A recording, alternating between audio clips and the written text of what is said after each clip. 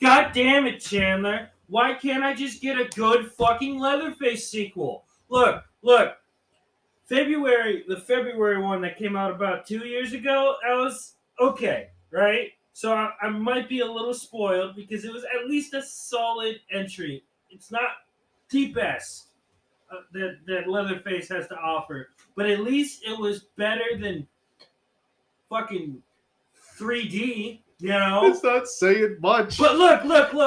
We went to the theater last week. We saw Scream 6, which, as I said, off the cuff, in the moment I was like, oh my god, is this better than the first movie? Big true. But then I had to reel myself back. And then with the topic we're gonna get in today, I had no idea. The last entry, the 8th movie, is one of the best horror sequels Ever in franchise horror history. It's one of the best in terms of doing a 180 and just saying we're gonna make a good movie. We're not just gonna make a shitty sequel. We're actually gonna assess what the first movie did and build on it. But why can't we just do that with a fucking Texas Chainsaw Massacre movie? He's my boy. You, Mr. Privileged, because your director is still around. He made 3 more movies. 3 more. Our boy John Carpenter. But me, the only sequel I got from Toby is 2, and you know how I feel about 2. I respect R.I.P., but damn, I don't like 2. On that beautiful note, hello, folks, and welcome back to the Sin Den. Unfortunately for you, I'm your host, Chandler Allen Barry, and are you okay? Are you okay? Okay, this guy over here sitting across from me who's about to have an aneurysm over a movie franchise we will not be discussing today. Introduce yourself. Why can't my boy just be in a good movie? A good movie. I'm Slug. I love Leatherface. But that's not what we're talking about today. A little too much, you love him. In fact, what we will be talking about is a very timely franchise. Because about 3 days late, but we were there. A bit belated. We had to celebrate the holiday. We can't just be stuck in our kitchen recording. We had to celebrate. We drank here. We drank at the U joint. We drank wherever we damn well please. And just like most Americans, we look for excuses to drink. Cinco de Mayo. I think more Americans celebrate Cinco de Mayo than they celebrate St. Patrick's Day. Yeah, brother. Yeah, amen, brother. I'll drink to that. But you know what? A holiday that has absolutely zero relevance to us as Americans that we just feel the need to celebrate? St. Patrick's Day. It's my favorite Catholic holiday. Catholics, boy howdy, do they know how to make some holidays. We really had to lock down on that jukebox. We were fighting it all night, man. They wanted to play that garbage ass music. Look, they played Kanye West on St. Patrick's Day. Look, we're a part of this generation, but damn it, I really hate the new rap music and that shitty reggaeton music. Dude, I wanted to listen to the Pogues. I wanted to listen to Thin Lizzy. Dropkick Murphys. But no, we had to fight the jukebox to get some Irish music. Any Irish music. Even if it's by goddamn Americans. Like the Dropkick Murphys. Yeah. Or just, hell, even though it's not traditional Irish folk music, just Thin Lizzy. We had to put Thin Lizzy in there. Whiskey in a Jar. The best cover. I spent like $28. It was like $14.99. Okay, backtracking. Here. So, remember back in the day when jukeboxes were like a nickel? Yes. Or a dime? Yes. I don't. They were always like at least $1. But you had to put physical money into the machine for it to work. And you want to talk about just feeling an outcast in your own generation. Not just they played fucking Drake or whatever garbage ass music they were playing. The fact that we had to download an app. You had to download an app. Like scan a barcode and get this app on your phone just to use the goddamn jukebox. What's the world coming to? It's like an episode of The Twilight Zone, man. We want to bang our glasses on the table, stomp our feet, and sing, "Come on, you black and tans." You want to sing it with me real quick? We gotta stay focused. Damn it! Damn it! I know all the words! We gotta get through all these. We got a lot of movies to talk about. Ah, I love Irish folk music. At least 8 I love of it. these movies. I love it so much. I know, man. But we listened to it. We listened to plenty of Irish folk music. Yes. We had some Guinness. I had some Jameson. I had a little too much Jameson, but I would say we had a draw in our drinking competition. But Will's birthday's coming up. We could try it again. You act like we tied. We did not tie. I had one more Guinness than you. You were just too drunk to remember. When I drink competitively, son. And let me tell you, there's not many things I win at, but I will beat you in a drinking competition. And I'll see you then again next week on her birthday. But until then, that's all to the wayside. Of course, with St. Patrick's Day, what is the one horror franchise that holiday has to show? Like, whoa, don't spoil it. Don't spoil it. It's not like anyone knows what we're talking about. Halloween has Halloween. Christmas has, I don't know, Black Christmas, and a bunch of others. Every holiday, hell, My Bloody Valentine. You have a bunch of holiday-centric slasher movies. But damn, there's only one for St. Patrick's Day, but I think it's the only one that would ever matter, and nothing will ever come close to it. Nothing will ever top it. Leprechaun. Dude. I will start with my introduction to the Leprechaun franchise was 4. I'm so sorry to hear that, but continue. When I went and rewatched all these movies as my flies down. I was going to say anything. Rewatched the. They can't see it. No, as I rewatched these movies, I noticed that I still have very high nostalgia glasses on for 4. And it's going to reflect in my ranking of these movies. As much as it pained me, I had to drop it one place. We're not going to talk about where it is just yet. But 4 really put me back into the spirit of just this franchise. And yes, eventually I got to 1 and 2. But moving forward from that, the only ones that I hadn't seen before doing the work for the podcast was 3, the 2 Hood movies. That just say that in a sentence. The 2 Hood movies. That's what they are. I mean, it's in the name. Leprechaun in the Hood and Leprechaun back to the Hood. But then we get to that. Oh my God, we'll get to it. But the WWE one. Leprechaun Origins. Leprechaun in quotations. And the Lionsgate sci-fi film, Leprechaun Returns. But my experience with it was, as I said, the 4th movie, and as being a sci-fi buff, and just how silly, and you could, they even call him an alien in the movie. You could just change the Leprechaun out from anything else. Hell, it could have been a Alien sequel. For all we know, but that was my introduction, and just this character that Warwick Davis. Warwick Davis, yes. Warwick Davis plays in these first. Is it the first 5 films? 6, right? Yeah, 6. Because you get the 2 Hood movies. 4th. Yeah. Math. 6. The first 6 films. He does a phenomenal job.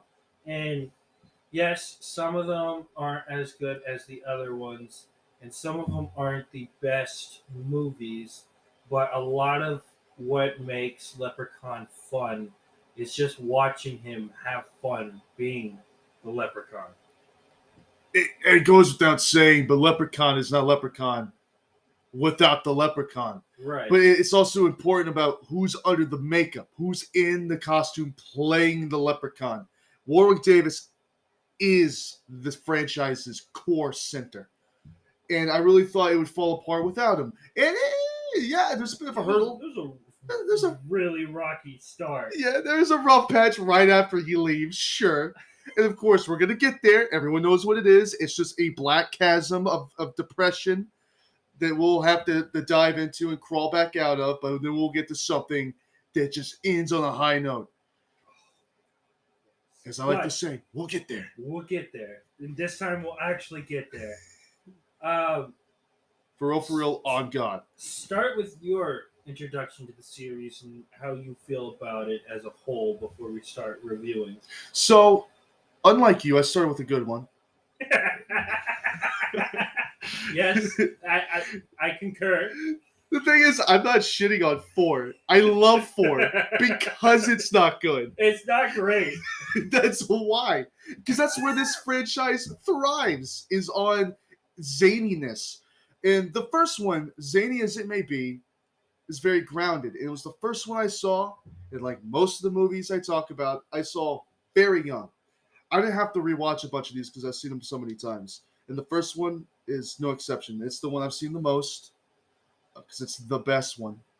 I mean, no arguing there. No, as much as I love 4, I will say the first one is the best. Because there's a difference between your favorite and arguably the best.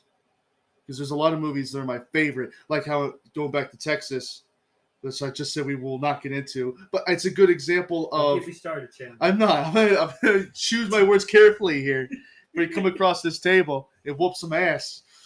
But it's... You want to talk shit about Texas wearing a cowboy hat. I'm not. I swear. Sitting at the podcast and with the cowboy hat, no one's going to see me. It helps with the character, okay? My truest self. But in Texas, my favorite one, other than the original, of course, is, because they're all so different from the original, it might as well be a different series, a new generation. Yeah. Just for how wacky and crazy Matthew McConaughey's performance is. He makes the movie because it feels like they just kind of like gave up halfway through. And was like, fuck, this script is bad. And then it's like, okay, guys, let's see what comes out the other end. Just shit it into a funnel and see what comes out the other end. That's what the Leprechaun series is just shitting into a funnel and just hoping that the best parts of the shit come out. The corn. Yeah, the first... Okay. Right. Well, that's what I'm saying is like the corniness of said shit. Right. Yeah. Is the best part of the shit. Does that make sense? Yes. Am I making coherent sense? I get it. Okay, you know what I'm saying. Metaphors and analogies and whatnot. They just need to get on our level if they don't understand. We are sophisticated movie reviewers. You Andrew Tate looking ass over there with your leather jacket and sunglasses. So, like, the first movie is just chef's kiss. It's phenomenal. And it's my introduction. And I saw them all chronologically because, like a lot of horror movies I saw them on YouTube. They would post them in parts. You watched a bunch of movies like that. I watched the stuff like that. Yeah, I think they crack down on movies like that now. So now, like, they'll say full movie, and it's just a link to a different website. That, the Dolls, and sorry to cut you off, but the Dolls and Tourist Trap is how I watched those movies for the first time. Those are pretty good movies to watch on YouTube in parts. Yeah. Yeah. Dolls, I think I saw on Stars one night right before the porno started playing. That was a good movie. But the porno? No. I mean, yeah, but that's besides the point.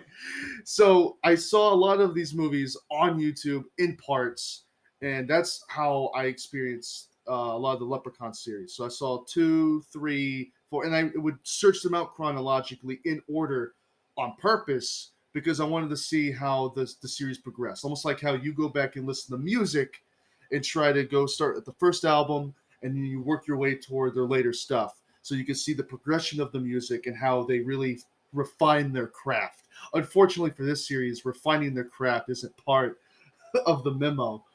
It's just hills and valleys, man, up and down, up and down. So yeah, take the good with the bad with this series. It's really all over the place. Sometimes the bad is kind of part of the good. Yeah, honestly, like that's the charm. If we really want to say, no pun. Before we actually break down each movie, I would honestly say out of the 8 movies, there's only one that's bad. Like legitimately, not just as a Leprechaun sequel, but as a film. that gives Book of Shadows run for its money. I thought that the only bad one was better than Lake Mongo, but I don't want to get back into it. You still can't get over Lake Mungo. Again, we're not going to dwell on it, but for the record, that's the only movie I hate. Well, as long as you don't hate any of these movies. No, We all are of them. currently talking about all of them right now. Happy St. Patrick's Day, everybody. It's a special. The Leprechaun special. Yes. So, Leprechaun 1993. Correct. Jennifer Aniston. Before we start, I'd like to point out that while we were getting pizza earlier today, I pointed out that Jennifer, because at the bar we were at, they had Friends playing on the TV, and I was like, oh, that's the Leprechaun chick, and then Gale Weathers walks into view. Yeah, yes. And I remember, this is not relevant at all, but I just remember saying, like, if you really think about it, Ross, without the laugh track, is just a psychopath. Everything he says, like, he could be a horror character.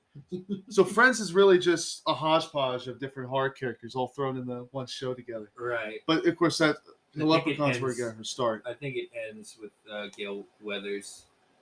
I don't think we got anybody else. When we looked it up, there wasn't anybody other than the Friends cast that were in horror movies. Not, at least not big yeah, movies I don't know. at all. I've never heard of The Wolf. I mean, you saw it once. That's what you said. But the first Leprechaun movie, really, really solid. I think, just like everybody else, Ozzy's my favorite character. Ozzy reminds me of Charlie from the Critters. The first Critters movie. Yeah, he's the slow guy who makes friends with the kid, and they live on a farm, and they get into hijinks together. Well, he doesn't live on a farm, he comes in and helps out with farm duty, but he befriends the kid of the family, and he kind of gives me that vibe. A lot of these characters are kind of similar, but Ozzy, just like Charlie from Critters, is my favorite part of the movie, other than Warwick Davis's performance as the Leprechaun, which he's just. Both of which are just Looney Tune characters. Yes. It's a grounded movie, but it's just silly. And it's fun. And that's what separates a bad movie from a bad movie. Because the point of the film is that it's silly and that it's fun. If it's unintentionally funny because it's bad, that's a different ballgame entirely. This is meant to be corny. It's meant to be cheesy. And for me, that's where the fun lies. And there's a movie later that we've already mentioned, and when we get to it, it is completely void of any humor and any fun and zaniness that this franchise brings. Where do you want to start, really, with Leprechaun? We can talk about the characters first. I think we talked about Ozzy. Best character. We talked about Tori a little bit. Tori is this Mean Girls character who has to go to, is it in Nebraska? Yeah, it's in Nebraska. And then she makes the joke that I thought we were in Arizona. This is how out of it she is, being a California girl who's only thinking about malls and spending money, and just being a real bitch to her dad the whole time up until Leprechaun shenanigans happens. And then you got her dad, which I think was a really solid character, but we're skipping two very important characters. Or one isn't important, the other one is just his wife. Daniel Bradley, the guy who originally steals the pot of gold from the Leprechaun and traps him in the basement at the beginning of the movie. It was an awesome scene. Yeah. And we got Nathan and Alex, which my headcanon is that Nathan got with Tori. That's my headcanon. Well, they had the chemistry in the movie. Yeah. It was very clear they were bound to hook up. Yeah. I liked Alex. I think it was funny how, like, the kid is kind of like the brains of the operation of Ozzy, and just like in Critters. Yeah. Yeah, I don't remember. And then you had the sheriff who was making fun of Ozzy because apparently he makes calls like this all the time, whether it's aliens Just or like in Critters. yeah. And so they don't really take him seriously when he first calls, but then when Tori calls, they take her a little more serious because he doesn't. She doesn't say there's a leprechaun at the farm. There's definitely better ways to word it. Yeah, I think it's also like very like self self aware. I think a lot of these movies. Any slasher franchise with a quipster and a trickster in the same vein is like Freddy Krueger, and then later Chucky, and then the Ginger Dead Man. They all fall in the same category as just, they love their quips and their jokes. And the Leprechaun, though, stands apart, not because he's Irish, but he does bring that Irish style of humor. And yeah, a lot of it's commentary, observational commentary, and just references and stuff like that, like a lot of other quipsters. But his particular style is unique, I think, and stands apart from other quipsters in the genre. I definitely think that Leprechaun is in the same veins as Chucky and Freddy Krueger in types of it's more comedy as it goes on than actual horror, but it never strays too far from horror. He is horrifying, like his appearance, which, I mean, just incredible makeup work done on him. Not just his performance is great, but just the costume department, the makeup department, all wonderful. And he looks scary, and the things he's doing are scary. But just like later stage Freddy Krueger, he's funny. Yeah. And when you watch horror movies, a lot of times you watch them to root for the bad guy because you want to see him kill terrible people. The catch 22 with this series is that most of the characters, most of the time, at least in the first movie and then the last one that we watched, they're likable. Like, especially with Ozzy. That's why I'm starting with the first and the last. There's a few core characters you don't want to see get hurt. Yeah. All the middle movies, you couldn't give less of a shit about anybody because you're there for the leprechaun. It's really hard to root for both the villain and the heroes. But in the first movie, you have a colorful cast of wonderfully acted, for the most part, characters. Surprisingly, this is going to be controversial. Jennifer Aniston isn't the strongest highlight of the first film, acting wise, which No. is crazy because she's definitely the biggest name, even more than Warwick Davis, Yeah. the biggest name to ever come out of it because of Friends. Yeah. And it's funny that she's not the best actor in the film. Do you see Davis as the Ewok, or do you see him as the Leprechaun? I mean, the Leprechaun, but I also see him as Willow. No, not you. The '80s film, Yeah. the children's film Willow. Yeah. Um, I see him as that more than the. I see him as the Leprechaun first. Then I see him as Willow, and then I Was see. he Wicket? Yeah. Which one was it? Damn it! Give me a second. I'll figure it out. Just keep going. Just keep going. Yeah. I got it. Okay, sorry. Now, I think the premise it's simple, but it plays into the mythology very well. It was Wicket. Was it Wicked, not Willow?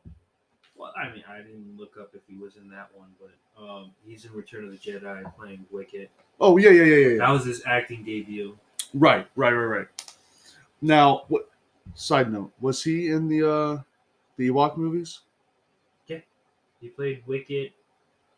He played himself and Wicket in Return of the Ewok in '82, Return of the Jedi '83, Caravan of Courage, Ewok Adventure '84, Ewoks: The Battle for Endor '85. He was in Willow. He was in the Labyrinth. Yeah. Oh my god, that's cool. Yeah.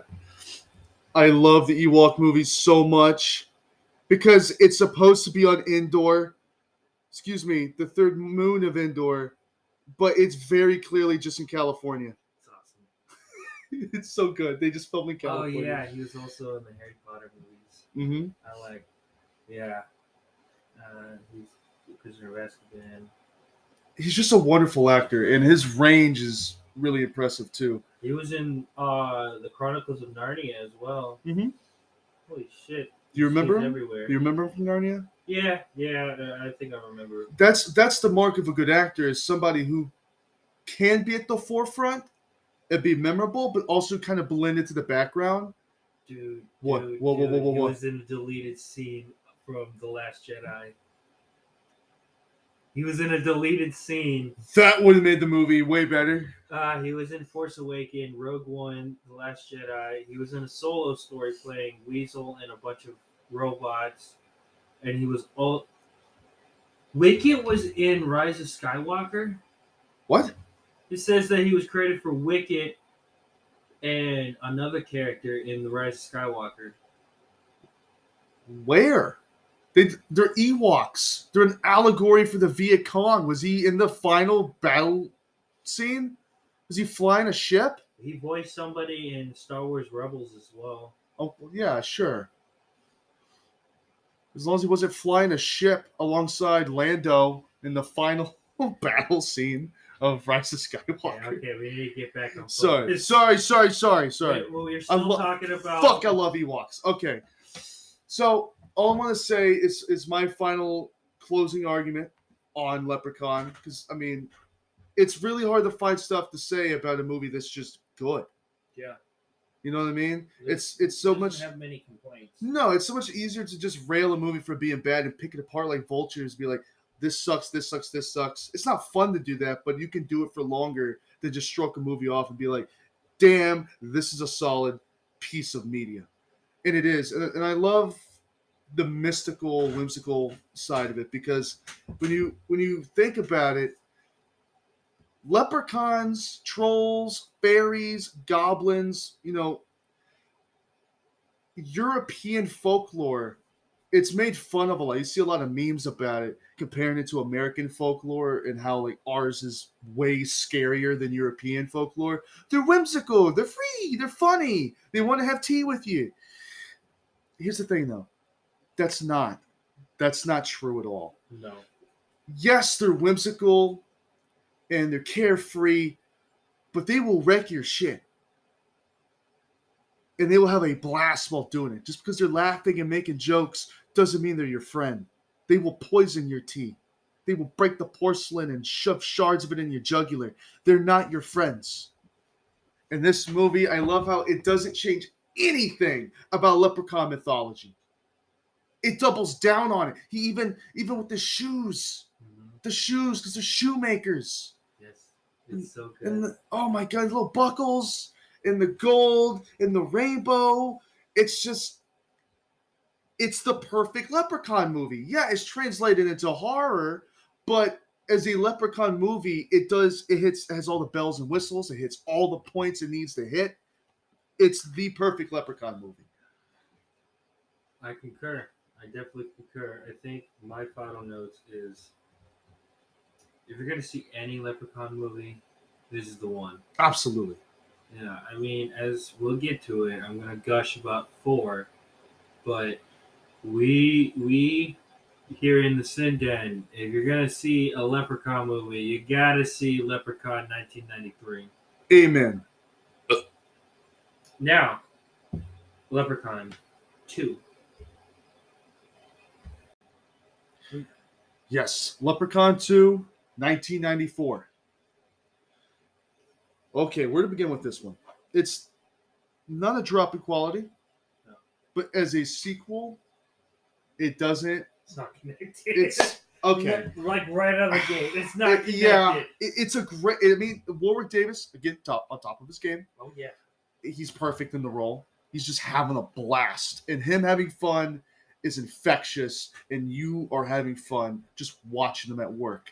But as far as continuity is concerned, I don't know what it is about horror franchises. They can't keep it together. They just can't. They can't do it. They can't have continuity for more than like 2 movies. So, first movie, they use a clover to kill the leprechaun. Second one, it's introduced that iron hurts Mm-hmm. hurts the leprechaun, and if you are in possession of his gold, he can't hurt you. Hey, don't worry, you don't have to remember that. It does not matter. The only time that it comes back, the iron stuff comes back up in 8, but we'll get there. Mm-hmm. Which, that's it. 8's the only one that is consistent, Yes, but it only brutally stands. consistent. But it only stands out the way it does because the rest of the franchise isn't. Right. I want to see if you're thinking the same thing I am. What is your favorite kill in 2? In 2? Yeah, in 2. I'm sorry, I got one from 4 that's stuck in my head. Give me a second. You know the one.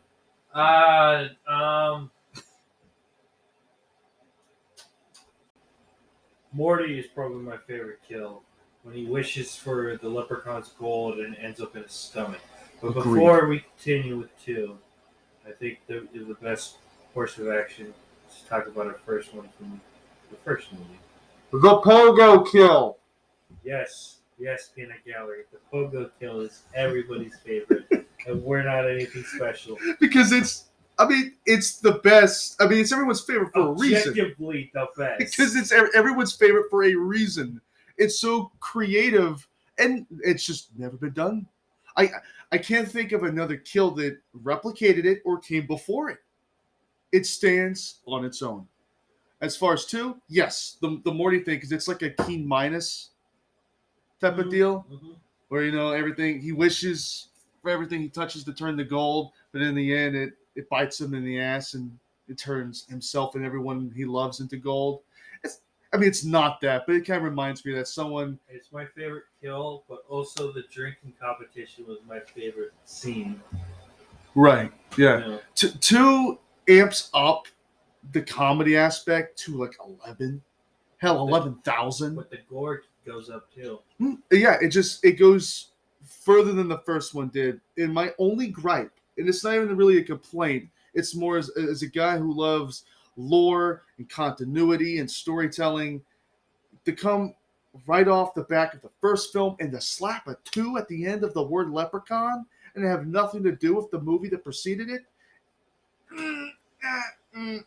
That's my only gripe with the movie. That's it. Otherwise, it's a damn near perfect Leprechaun movie, just not a good Leprechaun sequel. You disagree? No, I just thought of a Christian Weston joke where just call Leprechaun 2 a quest for love, or whatever he called his quest for a girlfriend, because that's all it really is he's trying to get the Bridget to be his wife because he's the ancestor of a woman he tried to marry. Which I think is a good storyline, but there's no transition from the previous storyline to that one. I think it's good. First movie was about his gold was stolen by Ozzy and Alex, and second one, his quest for love, and we'll get to the synopsis if we're not done yet. I want to mention in the second one that Tony Cox shows up in it. It was a really good bit.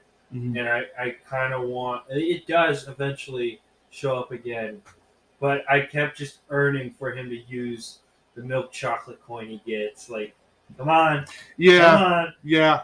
It kept me interested, It's a weird kind of suspense, but suspense nonetheless. Yeah.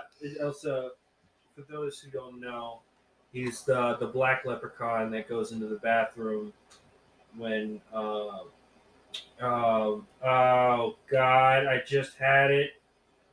It left me too. You got Cody. I wanted to call him Brody. That's a guy. Jaws motherfucker. No, Brody was a kid I knew back in JRTC, and I can't think of any other name. Anytime I hear Cody. Okay, so when Cody's in the bathroom taking a leak and the police are looking for him, the black leprechaun is his credit. Tony Cox shows up and gives him a milk chocolate coin. And another movie I recommend that people see that he's one of the main characters is Bad Santa. Mm-hmm. I'll just put that out there. And um, Clint Howard plays one of the tourists. Yep. Yeah, I was really cool seeing him in it. I forgot he was in it.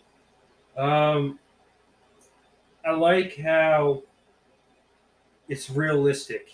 Like obviously, if there's a murder, it makes sense that Cody would be the first suspect. Right. Makes perfect sense. You know, nobody's gonna believe a leprechaun. You know, all these people, anytime they have an encounter with the leprechaun and they tell people, it's like you could have worded it a different way, just to get people to believe. Reel them in. Mm-hmm. Just kind of say there's a guy. Don't say anything about his height. Don't say anything about the fact that he's a leprechaun. Just say there's a guy killing people. Yeah. And most people are going to be on board. Nobody learns. Nobody would question it at all if you just don't say it's a leprechaun. Just don't say it's a leprechaun. How hard is it to not say that? But at the same time, I'm like, if I saw a leprechaun, I probably want to tell somebody that I saw a leprechaun. Well, this is a murdering leprechaun. If you saw a whimsical creature in your backyard, it's like, where's me go? Where's me go? Hee hee hee, and then hit it off in the brush, and you're like, holy shit, I saw a leprechaun. That's one thing. You and your friends go get your camera. Okay. You and your friends like go get your iPhone 16 or whatever with crystal clear graphics and run out in the woods to capture a picture of a leprechaun. That's one thing. But to just he literally fucking kills somebody with a pogo stick. I know it is. It's the best kill, man. And the second one, but the boob sauce. The boob sauce is pretty good too. Okay, yeah. But like, if that happens, okay, I just saw my man get killed by boob sauce. Like, imagine the context. Like, imagine the lack thereof. Someone listening is not knowing anything about leprechauns. Like, I'm hooked. I was hooked when you had pogo kill. Now you're talking about boob sauce? Yes. Boob sauce. Boob sauce. You heard it here first, folks. Boob sauce, Leprechaun 2. Check it out. My final note on 2, I think it's a really solid entry. I really don't think there's any decline until after the 4th one. But that's just me being a little biased if we're being real. Third one. But I might be just trying to grasp at straws here. But in the first Back to the Hood, he already had a gold tooth. And he took the gold tooth from the homeless man in 2. Oh, is that not confirmed? I have no clue. You're the guy on Reddit. You're the guy looking up all this extra stuff.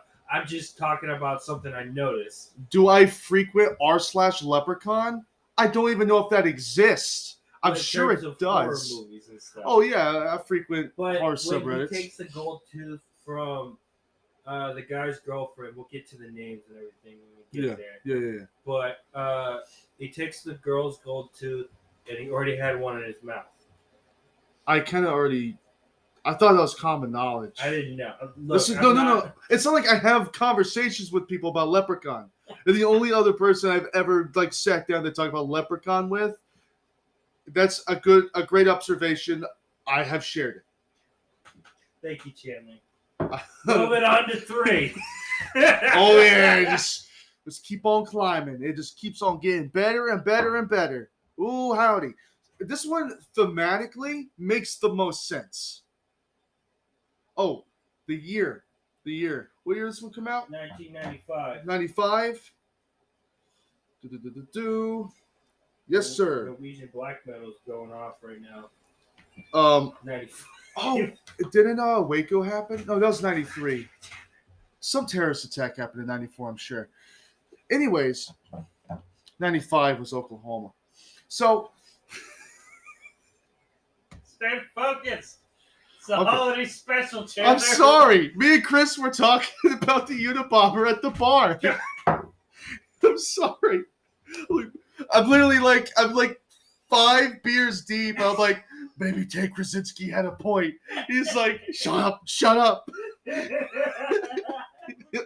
all going to end up on a list. So yeah, like thematically, this one makes the most sense for a character that is a leprechaun, because what would be like his mecca? For what would be the mecca for a leprechaun? It'd be Las Vegas. It's the perfect setting. If you were just gonna strip the film of any horror and just go straight for comedy, whoa, what? Whoa, what is it? What is it, boy? That's how I knew who she was. What is it, boy? The bimbo that gets her, the leprechaun kills her by giving her over implants. That's Stretch. The Stretch from Texas Killed. We have mentioned her 3 times now. Also Hatchet 3. But. Most importantly, she is Stretch. Yes. Even though she plays the same character in all her other appearances, it's one big connected universe. We're not talking about that. We could connect. Leprechaun and Leatherface are Yeah. connected in the same world. Okay, all right. Even though she dies in like almost all her appearances. Yeah. Yeah. So, God, now I'm just thinking about the boob scene. Okay, I gotta get the boob scene out of my head. Las Vegas, perfect setting. Where do you want to jump off from there? Because I personally, not to cut you off after literally handing you the question, but to do exactly that, there's no characters in this movie I care about other than Leprechaun. It's really one of those situational movies where take this character, drop him in a situation. What Jason the Manhattan should have been, taking this character and throwing him in an unfamiliar setting. Because with I don't know if we talked about this. I'm sure we did, but just gonna be repeat stuff. But for a lot of horror franchises, they follow a strict pattern, movie after movie after movie, and then instead of throwing away the pattern, they simply swap out for a new locale. And some movies or some franchises, they take like 6, 7, 8 entries to get to that point. With Leprechaun, already by the 3rd movie, they're like, okay, there's nothing wrong with the formula we have established. But they really just hammer in. It's the plot of the first movie, just in Vegas. Yeah, they don't change shit about it. He's a leprechaun. He wants his gold. And he's in Las Vegas. You can't go wrong. I think the number one scene out of the entire franchise where we see that Davis is just like in love playing this character. We know he loves his character. Is when his interaction with the Elvis impersonator. It's perfect. It's so good. Just a smile. Just a smile on my face. He's having so much. I hope, you know what I hope? I know it's not true, but they weren't filming, and then Warwick in full costume and makeup just walks up to some random Elvis impersonator on the strip, and they pulled out the camera for that scene and just started filming and ran with it. Well, I mean, he saw the limousine show up, and then the Elvis impersonator came out. So, like, yeah.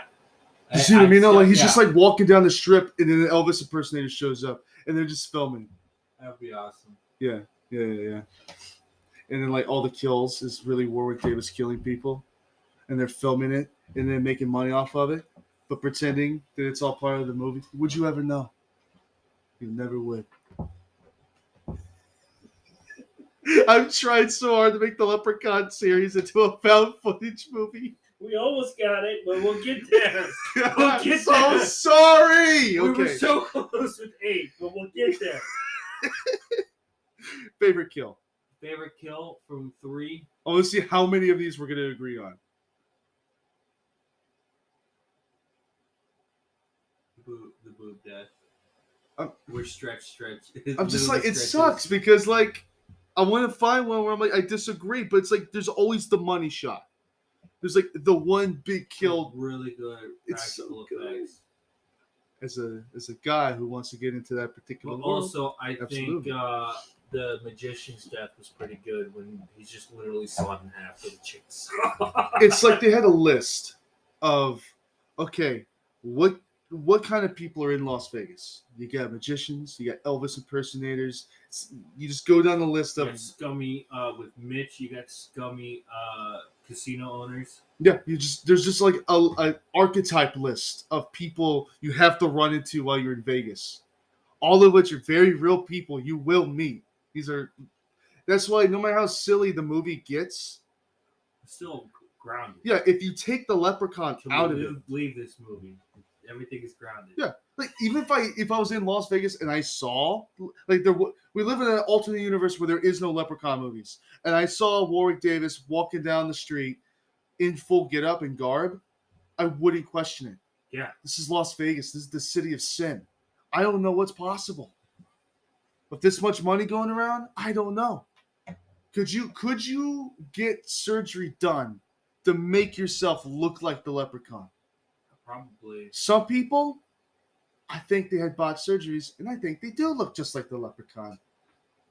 So, he goes from my man show. Okay, I think it's very important that we mention this part because it comes back up in Back to the Hood, or to the Leprechaun in the Hood. The medallion, when this crippled guy walks in with the statue of the Leprechaun, he's wearing a medallion that kind of freezes him. That freezes him in place, and he's a statue. And that medallion will show up again in Leprechaun in the Hood. I just think that's a very important note. There's a very small continuity. Well, it's not even continuity because they reused the same statue because it was literally a budget thing. But they weave it. I think they weave it seamlessly. So okay, it's not even the same Leprechaun. Well, it kind of reminds me of how we're on the cusp of getting to the one in space, because all great slashers must go to space in time. But I wanted him on the slashers tier list. But how you have at the very end of Jason Goes to Hell, right? You have the Freddy glove that comes out of the ground and grabs Jason's mask and pulls it under, setting up the inevitable clash between the two.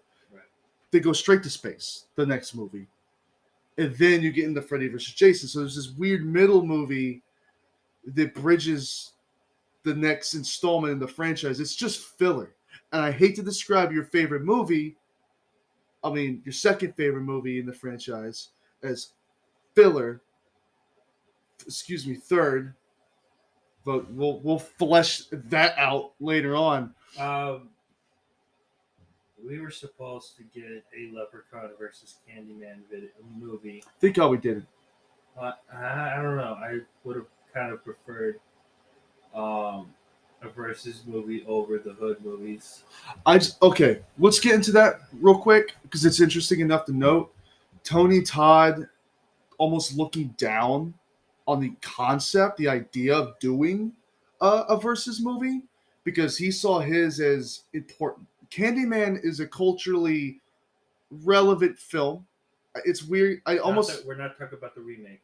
No, even though I think it's fine. But that first film with Tony Todd is a great movie because it's about how in the inner city, in a low-income area, the only way to make a name for yourself and be remembered is by taking lives and being a villain. Evil deeds will get your name remembered in a place like that over good deeds. So the worse he is, the more his name will live on in infamy. And that's the movie's saying something important, even though it's fantastical and Candyman's, essentially magic. It's playing on a real world thing about these impoverished areas and how people need to make names for themselves. I think that's neat. That's cool. It's a bit uppity, and that's why I don't think Candyman gets lumped in there with other slashers as much, because they're more lowbrow and Candyman is highbrow by its very nature. And then it's understandable that he didn't want to do it. But at the same time, it's like, I want to know what versus movie he would feel okay doing. That's the question that I'd like answered. Is Hellraiser highbrow? Maybe not the franchise as a whole, but there's a few entries that are highbrow. The concept, I think, and again, I might be projecting as we talk. Once when we do the Hellraiser series, we're going to know a lot about each other very intimately for a Hellraiser episode. Yeah. I'm sorry, Dad. I think that Hellraiser has very good message. I think that it's a highbrow uh, doesn't equal less gore. Because No, not at all. I'm throwing this out there. I'm not gonna get my not gonna get myself started again, but I think the first Texas Chainsaw Massacre movie is pretty highbrow in terms of grindhouse films. Well, yeah, about like the industrialization of death and holding a mirror up to society and saying this is what you do to animals on a daily basis, and also talking about late stage capitalism. Yeah, it's there. You can pinpoint these higher concepts, sure. But as far as like Candyman versus Leprechaun, No. they're not There's no even morals behind other than no. don't be greedy. It's It's, literally it's basic. it's basic. Just And like that's what you would think from a Leprechaun movie is you'll get fucked if you steal the Leprechaun's gold because you're messing with magic and you'll never win. you think they'll learn. But yeah, from watching our first episode, When will you think you learn? When will you learn that your actions have consequences? yeah, it's just like as much as I like again going harping back on episode 1, we learned that doesn't matter how fantastically sci-fi a creature is, the Loveland frog always wins because it's magic. Yes, I'm glad you came around and understood that. You always knew. You always knew magic is superior. Oh, your nose itches? Yeah, a little bit. Oh, okay. I just happen to use Your middle finger yeah, to do that. Mm. but yeah, finish our tangent, I think Hellraiser would probably be That or Chucky. Oh, as far as the Hell Priest versus. Yeah. Let me be proper about this: the Hell Priest versus Candyman. now, I think as far as a Leprechaun crossover is concerned, I think we can all agree It's that Chucky. Chucky. Yeah, it's gonna be Chucky. I think it's very one-sided, but it'd be very fun. They're both magic. They both have medallions. Yeah, but it's easier to stop Chucky than it is to stop the Leprechaun. Okay, fair enough. Yeah, I mean, we You don't need to have watch. to go into You, it. you need to watch the TV series. Oh, no.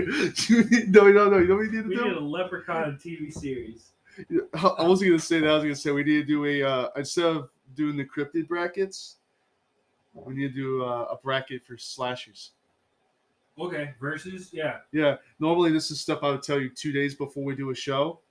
I'm telling you way in advance. This is Okay, for yeah. a future I episode. mean, usually you do tell me 2 days before we record. Like this is the topic. Oh, hey, we're gonna be watching this entire franchise. Jesus, like I think the last one we did. What series did we do before Scream?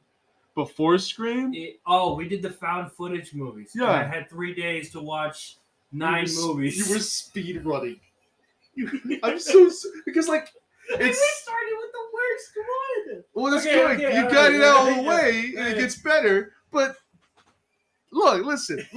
Okay, A little insider baseball for you guys. Chandler likes to put out the schedule of 2 days before. I'm so sorry, my dear co-host. We gotta understand is I've seen all this stuff, and so a lot of this show is me learning from you about your experiences because this is stuff I've already experienced many times over. So anytime you experience something new, I think you bring something fresh to the table. But even if it's something you've seen, you only watch movies like one time. Well, I said it in the last episode. The one before that, God knows when I said it, but I'll say it again and probably say it again. I cherish film too much to spend so much time on one movie. Like, for example, A Clockwork Orange, as we established, is my favorite movie of all time, but I've only seen it 4 times. And with Jaws, I love the movie. I've seen it 3 times though. With Alien, probably in terms of modern sci-fi horror, It's my favorite one. I've only seen it twice.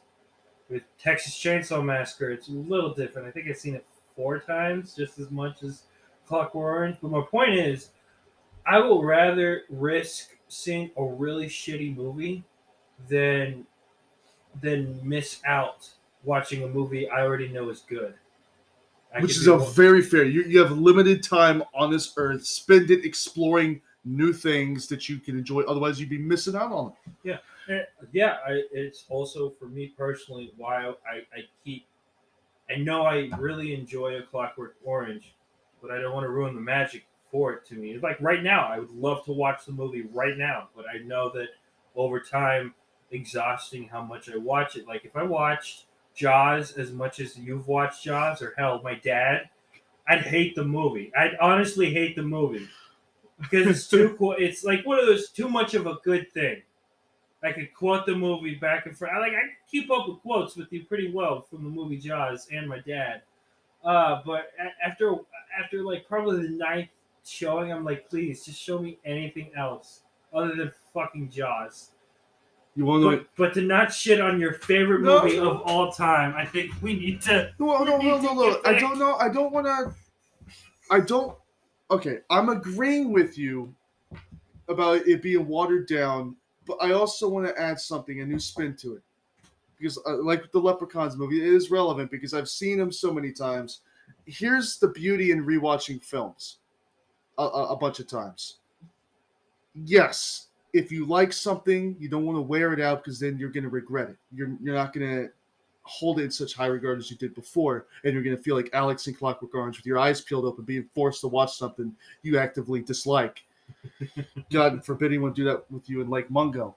However, I'll kill him, man.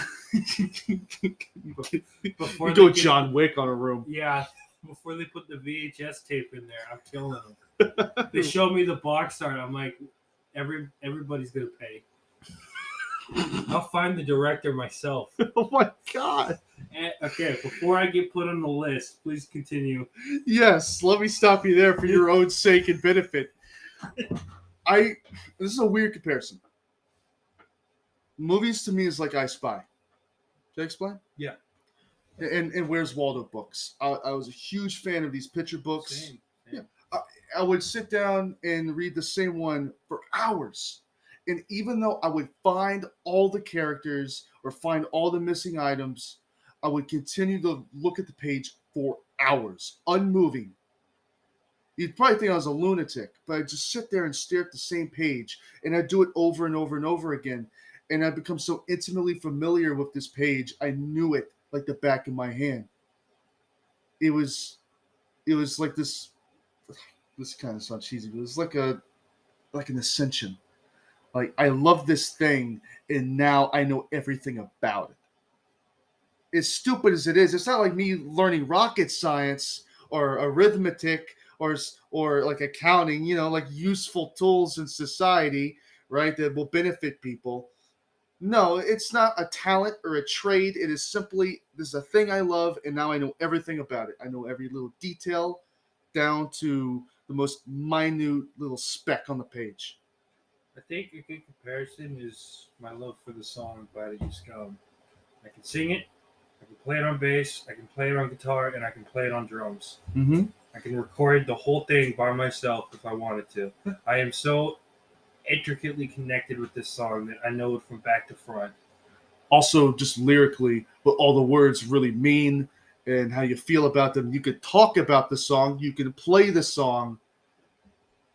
There's nothing you can't do with it, and it's because you love it that you're able to accomplish all these different things. And you, having accomplished these different things, adds to your love. Yeah. It does not detract from it. Yeah, it's simply a way to show appreciation for something is by engaging with it multiple times. And I've noticed the more I watch something, the more things I notice that I did not notice before. And it adds to my love, which leads us into Leprechaun 4. Came out in the beautiful year of 1997 with such classics as James Cameron's Titanic. Yeah. Leprechaun 4. Yeah. Titanic or Leprechaun 4. Both are very poetic masterpieces that take us on an odyssey. Now, there's really only 3 scenes regarding Leprechaun 4 I want to talk about. I'm not as nostalgic for it as you, and it's one that I never really cared about revisiting because, as a guy who likes continuity, this one just felt outside of that and irrelevant because of that fact.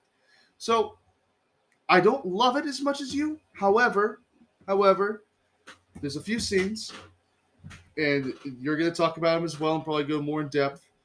The face flattening scene, great practical work. It's one of those things where it was so like even watch like I've watched. I think that's the one I've watched the most is 4, and that was my 3rd time watching it last week, and it's always a surprise to me because of how like the practical effects, the set pieces, except for on the ship, that when they got on the planet and the cave, it's just all bare minimum set pieces.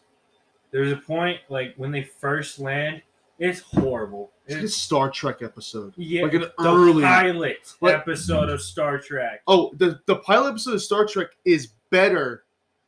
I mean, obviously, it's gonna be better than Leprechaun 4. But yeah, like it's bare minimum basic props and sets and backgrounds. And it always catches me off guard because it's a really good practical effect makeup where it didn't need to do that. It could have sliced his head in half. It could have broke his nose and he just fall. No, it smushes his fucking face. And this is just a silver platter that had a couple of test tubes or whatever on it. A cup, whatever. And he flings this and just squishes his fucking face. Blood. Blood out of his nose. It's a little bit, but it's not a gory scene. And like Airhead, the Airhead commercials. That's not a bad comparison at all. When I first saw this, my thought as a little kid was, oh my god, it's just if Bugs Bunny went rogue. Yeah. That's what Leprechaun is. It's what if Bugs Bunny just went rogue one day and started killing people. And there's real world consequences to the slapstick he was committing. Like slapstick is a crime. Yeah. But it kind of is. Like the type of gags that Bugs Bunny would pull. If he pulled it on a real person, that person would be dead. Yeah. That scene is what made me realize that this is just Looney Tunes. It's just horror slapstick Looney Tunes in its perfection. And I love the movie. And that was the scene that made me take a step back and look at it as, this is fun. This is fun. I'm not supposed to take this seriously. And my second point, which reinforces the previous, the Shamrock lightsaber. Like for no reason. Just out of nowhere. Just a green lightsaber. At the very beginning of Leprechaun 4 in space. Again, there's a list. If they're in Las Vegas, there's certain archetypes you have to hit. They put Leprechaun in space. What are they supposed to do? Not give him a lightsaber? I really want to see the lightsaber episode with Rick and Morty. It's pretty solid. I know. It's solid. Not to get too much on the tangent, but is Justin Roiland of Rick and Morty like the guy from Lost Prophets now? Can you not even watch Rick and Morty? Is it just not the same? I look at it like John Kay from Ren and Stimpy. That's how I look at it. You can separate the art from the artist? Yeah. Okay, good. Back on point, Leprechaun 4, which is all funny business, not serious whatsoever. So we got the face flattening scene, you got the lightsaber scene. Do you know what my third favorite is? The mitten spider? Surprisingly not. I love the mitten spider. Because it's like, yes, he's hungry and he's trying to eat these people, but like he's saying as he's walking up to crunch this people's bones, he's like, I'm sorry. That's pretty funny. Yeah. When he gets all big.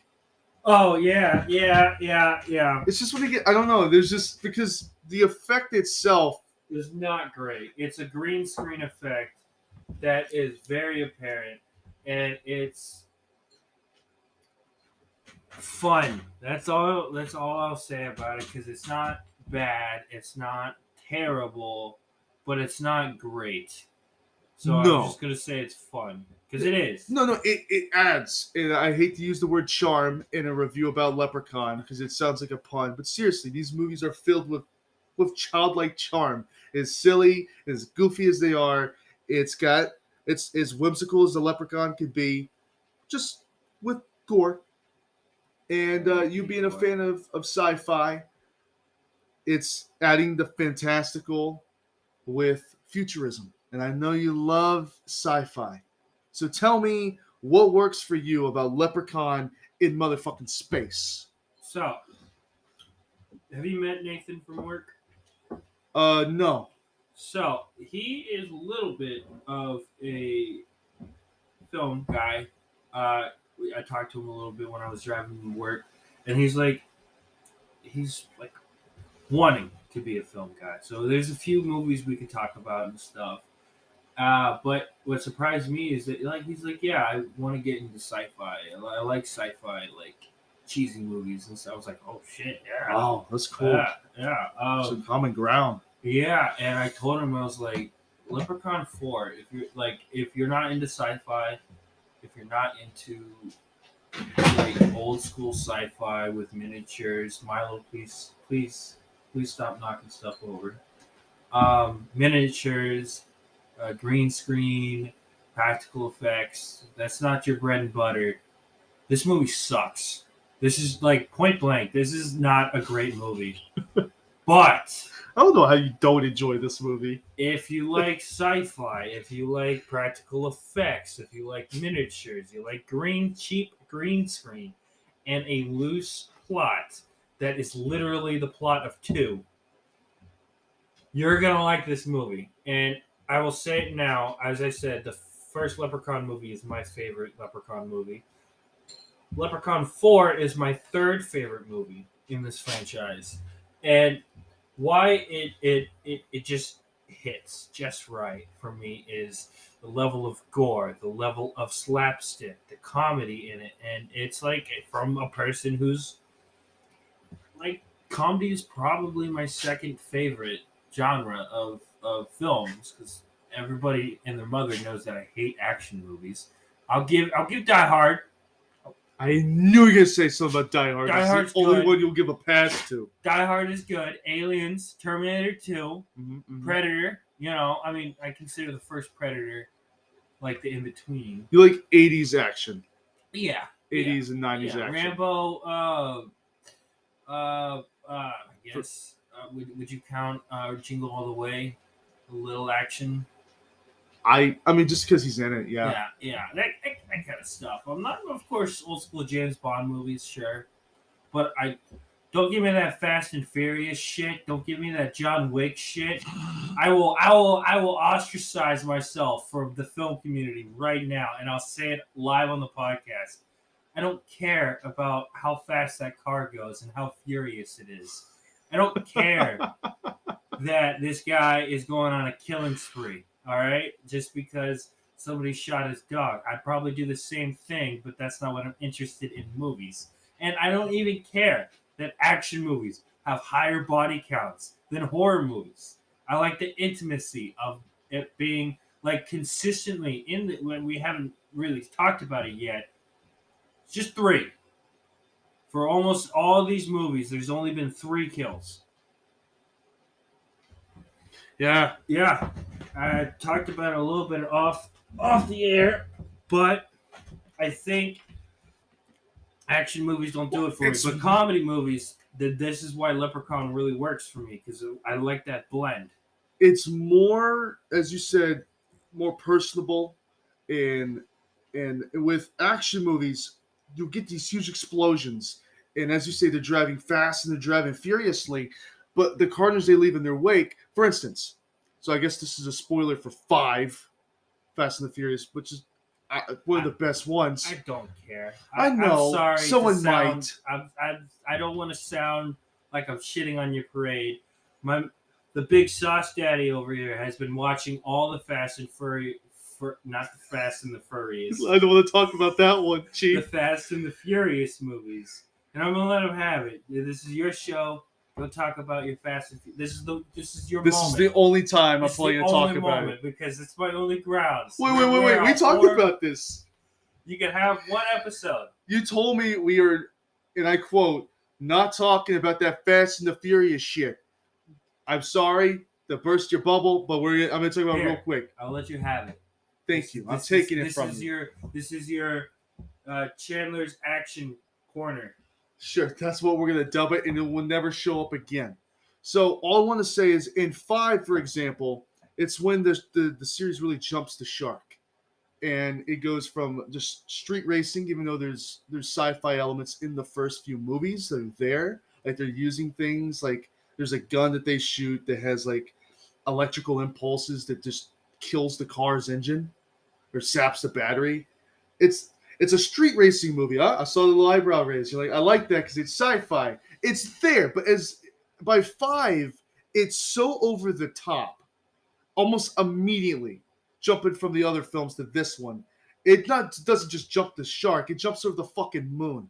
So in 5, during the heist scene with the vault, they're dragging this huge ass, just like 25-ton steel vault through the city, and it's just destroying cars. I think there was a record set when this movie came out for how many cars they destroyed on the set of the film.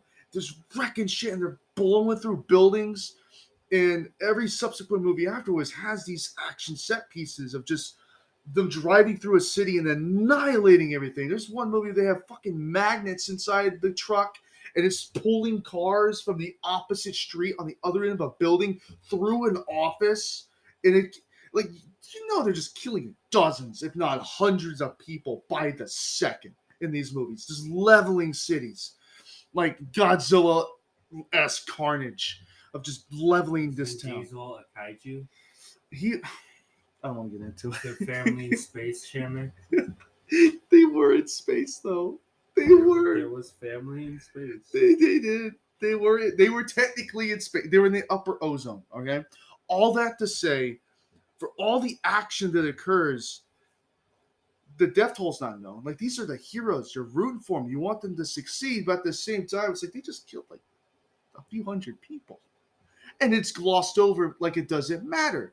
In horror movies, you're there because it does matter. Because the horror and the death and the carnage is upfront and personal. And that's why you're there, because you care about the death that's happening on screen. In an action movie, the death just is irrelevant. It's all about the spectacle of what causes the death, where in horror, the death is the primary focus. And Leprechaun is very personal. No, he doesn't always have to use his hands to kill you, but he is actively doing it, and he doesn't have the highest body count. Each death is by... Except for 5. 5, he really picks it up. Yeah, I like it. Like, out of the blue, he kills like 7 people. Well, because he's in the hood. He's in the hood, Slug. Speaking of Slug, Leprechaun in the Hood starts with Ice-T and a character named Slug pulling the same fucking statue from 3 out of this metro, like, underground train area, subway, and I was like, not to be pretentious, but I thought it was. I mean, we had a joke about it that the character's name was Slug, but Ice-T actually does a really good job playing his character in Leprechaun. Oh, it's a solid performance. Yeah, I mean, like, from what I've seen of Ice-T, he's always been a pretty solid actor. Like, not even just in his Law and Order stuff, just overall, he's a really solid actor. In terms of musician actors, like, spoiler, Coolio is also in it. Mm-hmm. I really like that. R.I.P. But the In the Hood really changes the formula in a interesting way. You could say that. Yes, it's just rehashing 1 and 3. Where's Me Gold? But you get zombie fly girls. You get these 3 rappers that you got. I think it started. I think it was pretty wholesome. That like, kind of like a, if you wanted to, it came out in 2000, so it's not quite there. But like the day and night difference between 80s hip hop and 90s hip hop, where you got like Sugar Hill Gang and stuff. I correct me if I'm wrong, but I believe they're 80s or at least early 80s. I know they're a little later, really early in hip hop's history, but how it was more wholesome and swaggadier and less like MC Hammer fun kind of stuff.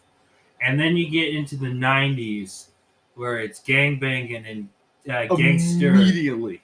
and profanity out the ass, which personally I think Biggie is the greatest of all time. I don't know how often we're going to be able to talk about rap on the podcast, but I dabble. I think how I dress and the music I play says otherwise. You're learned. But You're cultured. a little bit. And hopefully we can talk about my love of EDM music as well. But for the moment, I'm going to take this small victory and say that I think Biggie Smalls is the greatest rapper who ever lived. But I think, yeah, coming out 2000, it might miss its mark, but I think the characters wanted to start being a rap group and rapping about positivity, but Ice-T being this gangster rapper relative to his character, we're talking about we gangbang, we shoot people, fuck bitches, this and that. That kind of the clashing at the very beginning I thought was really interesting. I don't know. They probably weren't trying to make anything of it, but I think it was an interesting thought that I had when I was watching the movie, the clash between 80s hip hop and 90s hip hop. I mean, we might as well talk about it right now. Yeah. Because we were having this conversation at Cosmo's Pizza in downtown Lawrenceville. Hit it up. I had some beef on my pizza. It was damn good. Steak. Oh, was it steak? Yeah. I don't know what the hell I ate. It was good.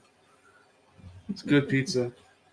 PBR. I had a good PBR in the morning. Dos. Huh? Dos PBR. Oh, yeah. Dos PBR. And some steak pizza. But, we're sitting around just talking about absolutely nothing. And out of nowhere, I just remember we were having a conversation about the difference between 80s and 90s rap. Like, I don't know. I don't know what spurred it. I have no idea. We had this conversation on St. Patrick's Day because we were listening because they had 50 Cent playing. I remember this. Oh, okay. I really like 50 Cent. Wow, we spent for the record. We spent 2 hours at a pizza joint. I don't know what the hell we were talking about. Yeah. Okay, this one's St. Patrick. But that's even more relevant to what we're talking about then. So did they play Drake too? God damn it, yes. God, they're playing Drake and 50 Cent and whatnot. And 50 Cent was okay. And like the second we play Irish folk music, the place goes dead. Somebody skipped it immediately. When you were outside smoking, I played Freebird. I missed it, yeah. It's a 9-minute song. That's how long you were outside. And everyone went dead. In fact, one person, and I'm quoting Chris here because he was at the bar, he's like, someone sneered and said, ugh, Freebird. I spent money on this song, bro. And everyone hated it, and you weren't there. All I have to say is, at some point in the last week, I don't know. I can't remember it.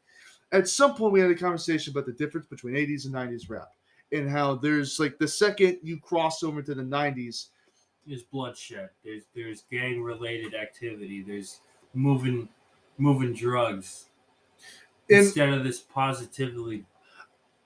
I'm saying this now because I really want to get into why that is, because I think the transition in the genre is fascinating, and I do want to dedicate an episode in the future to that because Our music podcast. I mean, yeah. So I do want to like go through the genre, see its roots, where we it might goes. be talking about Leprechaun right now, but we can talk Well, about we're talking about Leprechaun in the Hood, so it's it relevant. had a pretty decent soundtrack. It did. And you pointing out, yeah, it came out in 2000, and you say it missed its mark. I say it came out at the perfect time. Because, yes, it's probably would have been more timely in, say, like 94, 95, 96, when the other movies are coming out. I disagree, because the genre has had its time to shine. Right. And so coming out in 2000, it's been this way for a decade now. And so the comedy works better because when there's a trend or something is being fleshed out in the moment, culturally speaking, it's hard to reflect on it and look at it in a humorous light. Does that make sense? Yeah. Like as it's happening, like say a lot of the political turmoil of, I don't know, the 60s, right? Yeah. It wasn't funny while it was happening. No. But later down the line, you can make humorous movies and shows about the time period and point out how silly all of it really was. Right. And so In the Hood is funny because it's pointing things out in the genre that people have already grown accustomed to and saying, isn't that a bit silly though? And using the Leprechaun to point it out, him being a naturally silly character. I thought, people think it's stupid. A lot of people point at Leprechaun in the Hood as like, it's death rattle. It's over. You think when he went to space it'd be over, but he went to space before fucking Jason did. So give him some points. In the Hood, it's a lot of people point at this. This is when Leprechaun like really just died. Not just was he buried, but like a mound of dirt was thrown over his casket, and they took his headstone away, and he just got forgotten and left out in the middle of nowhere. No, that's not what happened. That's not what happened at all. Almost happened with WWE. Get there. No, this is not Leprechaun being forgotten. This is not Leprechaun's death rattle. This is Leprechaun in the prime. I don't think probably since the first movie, I don't think it ever missed the mark. Even with lesser quality films, say like 4, it's a Leprechaun movie through and through. Yeah. Even if the locale isn't where you expect him to be, damn, he still acts the same way as he did in any other place. Right. And he acts the same exact way in the Hood. I'm sorry. You spell it like the Hood. It's just funny. Yeah. It kills pretty good. Yeah. The amulet comes back, and some loose form of continuity. They bring the Clover thing back by trying to get him to smoke a Clover joint. Which is a perfect joke. Yeah. Also, this is the first Leprechaun movie where he wins. Either wins or lives. Mm-hmm. This is the one where he technically 2 movies. At the end of the movie, he lives. He's still alive, intact. Let me say intact because in 4, technically he's still alive, but he's not intact. He's always, quote unquote, still alive because they need a sequel. But a lot of movies end with the assumption that, well, he's dead. He might come back, maybe, but he's I think defeated's a better word to use. Yeah. This the In the Hood is the first Leprechaun movie where the protagonist actually loses. Mm-hmm. Straight up loses. Yeah, and our reward for sitting through it is the Leprechaun having a rap song at the very end of the movie. Did you watch it? Credits? We were talking about it. Yeah. I've seen the movie twice. Okay. I thought it was either this one or the Back to the Hood you had to catch up on. 2 is the one I had to catch up on. Okay. No, the rap at the end of In the Hood reminds me of the song when you beat Plants vs. Zombies. You know the song I'm talking about? Yeah. Yeah, it kind of reminds me of that. A little treat, a little nugget of a reward for sitting through it. Characters are funny.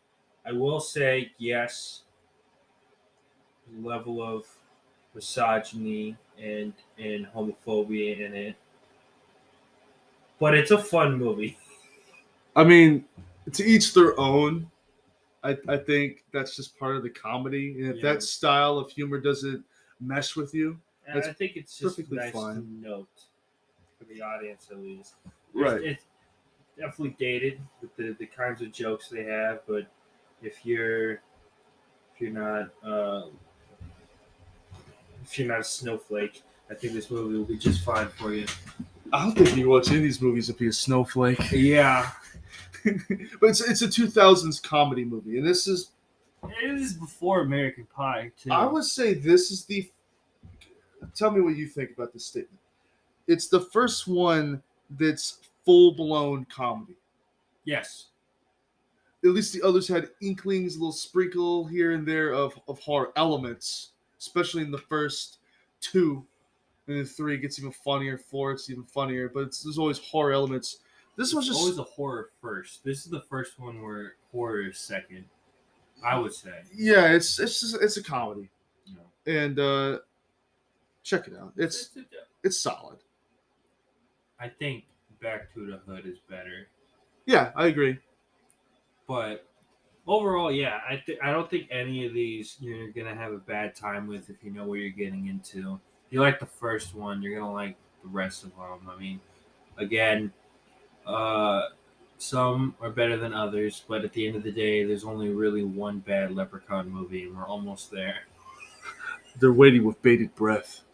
Keep them in Hopefully suspense. somebody is. There's more suspense in us leading up to this movie than the movie we're talking about actually had. Yeah. Back to the Hood. Let's go back. I know we haven't even left yet. Let's go back to it. Okay. 2, the first technical direct sequel that doesn't have anything to do with the previous one. It just has 2 in it. Yes. Just like Leprechaun 2 did, but that had nothing to do with the first one either. So we actually get some lore with this one, and this is actually, sadly, Davis's last performance as the Leprechaun. Yes. Uh, We'll talk about why that is. yeah, when we get to The next one. yeah, but starts off really strong. At least I think so, with the storybook aspect of it, telling the lore of Leprechaun, even though it explaining its own lore screws up its own kind of continuity when it didn't even have continuity to begin with, and it's trying to give it continuity 5 movies deep after the first one. But I will say, the Leprechaun's design in this movie, I think, is my favorite. Where he kind of looks like Jekyll. Yeah. Yeah, I think. He's freakier looking in this one. Yeah, I think the disheveled clothes in the cape and the top hat instead of the typical Leprechaun hat, I think really worked for this movie. I really enjoyed its design. Obviously, he gets in shenanigans, smokes a lot of weed, As you kills do a in the couple Hood. people, and it's same shit, same plot as the first movie, the third movie, and the first movie. He's got my gold. Me gold. Me gold. He's got me gold. The amulet doesn't show up. Not that I remember. No, I don't think the amulet shows up.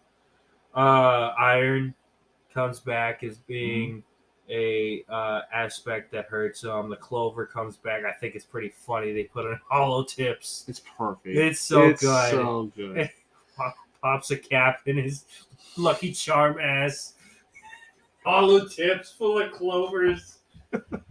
It's fun. It's you're not gonna be. It's not a waste of time. At least I don't think so.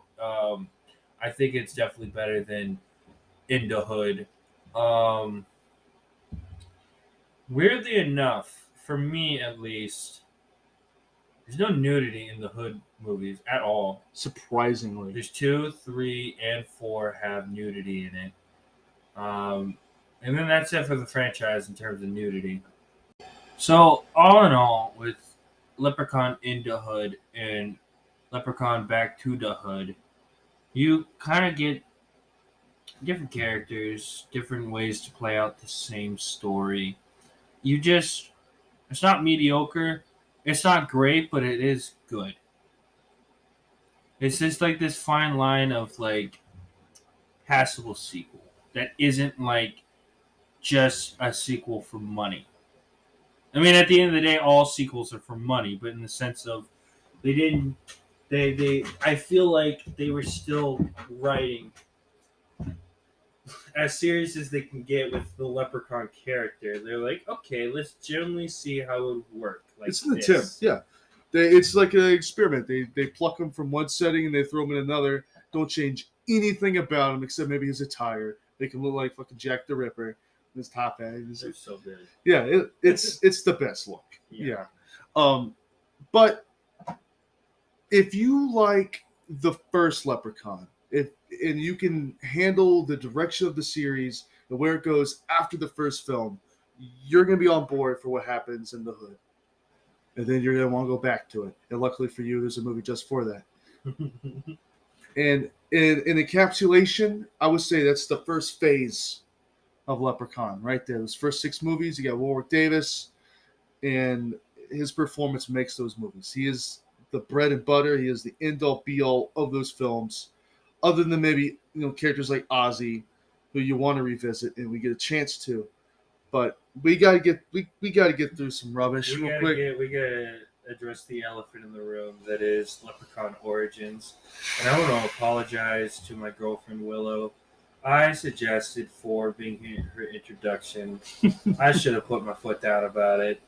Her introduction was Leprechaun Origins Could you by imagine? WWE Studios. What's his name? Hornswoggle. Hornswoggle. You wouldn't know it. It doesn't matter who's underneath the prosthetics. Okay, so I don't think we need to dwell on this. I think I want to pay respect to the movie, but also I love the gag that Movie Timeline has. He's just like, I've only watched it one other time. I'm not doing it again for the review, but we did for this review.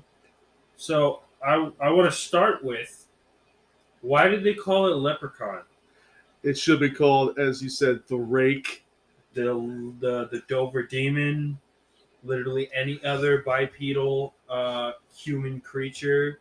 Could have been Descent 3 if they really wanted to stretch it, because they did say it came out of a cave. Hell, it could have been Wrong Turn. Yeah. 15 for all that matters. But not a Leprechaun movie. And what pains me the most about it, and kind of why I rank it in the middle of being like a solid 5, and we've talked about it off the air, but Chandler disagrees with me. There's so much potential.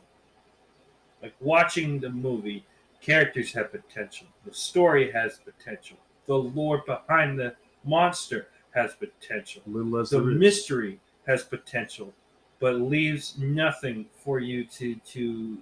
It's a movie, as best as you put it. It's a movie. Goes from point A to point B, but by God, there's no meat and potatoes whatsoever. Yeah, if this was a meal, I'd starve at the end of it. It's a nothing film. You're And drinking water. no, water is more filling. At least you can get full on water. It's like the fucking bottled air from the Lorax movie. I It's tried just- to make a reference to that the other day. It took Willow a couple seconds. It's nothing, man. It's just bottled up air. It's just empty. And by the end of it, the movie doesn't even offend me. I'm not angry, but I'm not angered by It it. was a lot better than Lake Mongo. That's the problem, though. I don't feel anything at all. At least that movie got a rise out of you, made you feel some sort of emotion. That's what media should do when we interact with it. Make us feel a certain way, whether it be happy, angry, or sad, or a mixture of all 3 of those things. There was no tension whatsoever. No. It was too predictable. The only actual good thing about the movie is the unintentional twist that the most unlikable characters at the beginning of the movie were the likable characters at the end of the movie. David was the MVP and the hero. Dude, I don't understand why they gotta treat him so poorly. So, in the movie, the leprechaun bites his leg as they're trying to escape out of the house. And he's clearly struggling to run, right? And They initially help him up to the trail, and then they all just leave him, except for the final girl. Spoiler. Um, don't watch this movie. Don't watch How the this fuck movie. do you spoil this? It's the most generic film you've ever seen. And they leave him behind. And okay, let me roll it back. Just very beginning of the movie when we're introduced to these four characters. So they're in the back of a like I'm sitting up for this. I was leaning back, chilling. This is serious. So let me lay it out for you. These four characters are in the back of a chicken truck in Ireland, and they're driving. They're trying to get to this village that's supposed to have some history. I mean, all these towns have history. It's fucking Ireland, but this town in particular, they're trying to check out, and they're going up, and this guy they stop at this road that leads past this Celtic rock, this pillar, and the guy's just like, yeah, the town is right down this road, and one of the guys were like, can you take us down the road? And he's like, no. Do not question it for a second. They don't question it and just assume the guy is a dick. Which is just like, what the fuck?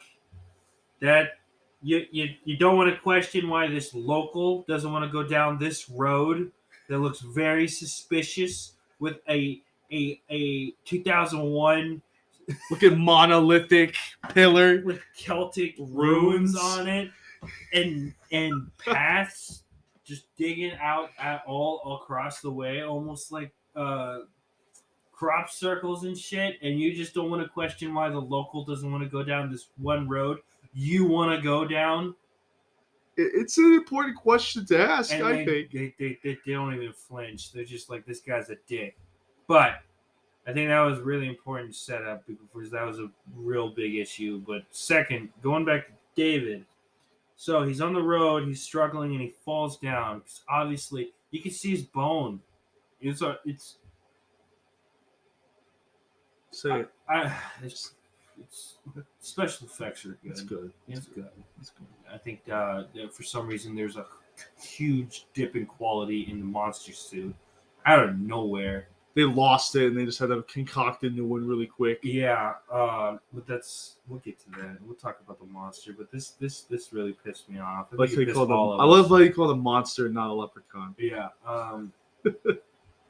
And David is looking up at his three friends, saying, not just his three friends, but one of them is his girlfriend, and they've been PDAing it up all over Ireland, and oh my god, I'm gonna sidetrack myself again. My man couldn't. You go to Ireland and you can't drink 6 Guinnesses, and man fell asleep, slumped over with his half-drinking Guinness, pouring it out. You go to Ireland, you gotta have a better alcohol tolerance, my guy. Like, I'm sorry, that bothered me. There was so much alcohol in the movie. Like, every vehicle they got in, everywhere they went, there's just bottles everywhere. Yeah. It's an accurate representation. But he's screaming, help me, help me. I can't walk. And his girlfriend and the final girl's girlfriend look at him and run to the house. And then final girl comes back and picks him up and brings him back to the second house. And then when they eventually get caught by the locals and tied to the tree to be the sacrifice to the monster, he's able to escape, even though he's bleeding out, because the monster scratched his chest, which also undid the ropes tied to him. He could have ran. Just like how they left him behind. But he's like, no, these are my friends. And he sets all of them free. Then he starts to get mauled by the monster. And you know what his friends do? They leave him. They had every opportunity. Every opportunity. They had weapons in their hand. Had the monster at a disadvantage, it is currently feeding on their friend. They have it surrounded. And the girlfriend runs up to it. and like just does a 180 and falls on the ground because the monster looked at her. See, I can't even call it the Leprechaun because it's not. It's the monster. It's the monster. Like even off the air, we were like just how much we were shit talking it. We came up with a better script, a better concept, putting lore behind it. Your opening with the bar scene, how you reworked it. That's the movie I wanted to see, and I will repeat what I said about the lore.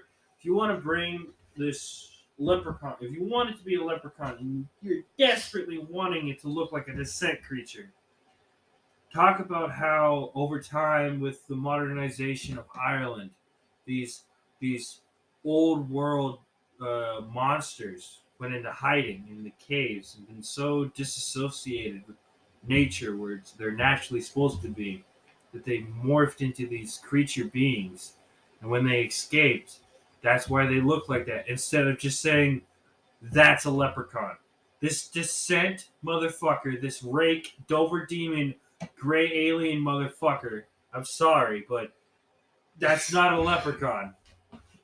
This would be a better Rake movie than the actual Rake movie. 100%. We met that guy. We love that guy. I'm so sorry. But that's not the just Rake. imagine this picture for the audience, right? You're at this convention, this horror convention, and you see this table of a streaming service. And you're chatting with the guy. He seems like a pretty cool guy, and you're looking at the movies on the table, and you see. As somebody like me, I love the creepypasta, the concept of the rake. I even wrote a song about the rake. And so when I'm talking about the movie, I'm literally bashing the shit out of this movie, and then I do a 180, literally after the man said, "I directed that movie." Okay, you weren't shit talking it per se. You were criticizing it in a respectful manner because you're in a public place and you're speaking to a guy and you don't know who he is. You just think he's a representative for the streaming service. But as the conversation goes on, he's like, "Oh yeah, I'm very proud of this movie." And you're like, in hindsight, maybe there's a few offhand comments. I probably should have kept to myself. Yeah. Yeah, it's a funny moment in time because you talk to a director of a movie that you had seen and did not like because it was not your version of a monster. I think which we is could talk the about Leprechaun that itself. on if we do creepypasta movies. I think we could talk about Channel Zero, and we could talk about the Rake movie, and we could talk about several very shitty Slenderman movies, but I don't want to talk about the Marble Hornets movie. I don't either. I was really big in the Marble Hornets, and I talked to you about doing an episode on analog horror as well. All that's down the road. But it shows you a guy had a vision for a monster, and chances are, I don't know. I didn't ask. I probably should have, but it would have come off as kind of prudish and rude. Did you read the story? Did you read the creepypasta, essentially? There's a handful of them. Not a single one talk about the rake being a proxy for the Slenderman. Not a single one. Not only that, but the rake predates the Slenderman. Yeah. And the concept of it being this almost like a plague, like a disease that spreads from person to person in the same vein as the operator or Slenderman in Marble Hornets, how just by knowing about him it infects other people. Kind of like your boy's Smile Dog. Yeah. In a way. Yeah, it's just the idea of using images, whether it be video or photographs, to capture an entity and spread it to other people is popular on the internet because it's easy to spread around pictures. That's what the internet is pretty much for, is sending messages. For porn. I mean, yeah. It's for sending pictures, and whether they be of a pornographic nature, so be it, but it's from sending a message from one person to another. And the rake, how I've interpreted all the stories that I've read, is a entity that, obviously, from the perspective of the authors, this is a actual cryptid. It's a physical being. That lives in our natural world that causes in layman's terms insanity once when you see this creature, because whether or not you actually are re-seeing the creature, you're always going to be haunted by the images of this creature. Once when you've seen it in person, you're always going to see it. You're always going to be thinking that it's following you. It's paranoid, and whether it kills you or not, you're going to be left with the scars of what this creature has done to your psyche, or what is actually done to you and the ones that you love. In the Rake movie, it's not. I mean, we're not reviewing that movie, but Not yet. I definitely do want to. No, do it. it has those elements in it, sure, but it's not the Rake. No. And I wanted to ask the guy, but I didn't want to be snobbish about it. Like, did you read the source material like an asshole? But no, I didn't want to do that. But that's kind of what this movie felt like. Leprechaun Origins. Did you ever see the first Leprechaun movie? Did you see any Leprechaun movie? Do you know what a leprechaun is? Oh, like how instead of shooting in Ireland, where it's supposed to be, they shot in Vancouver. Have you been to Ireland?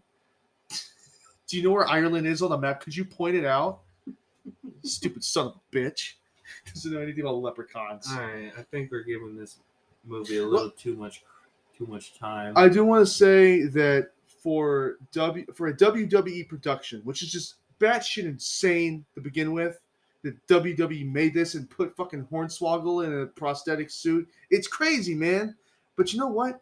The craziest thing about it is, for a studio of that size, where's the budget? Honestly, yeah. And the movie really confirms the theory that cryptids are just blurry. Because you can't see the damn thing. The camera and that's why I compared it to the Book of Shadows, the Blair Witch 2. It's just the camera can't be still. And I think that effect works for maybe 5 or 10 minutes.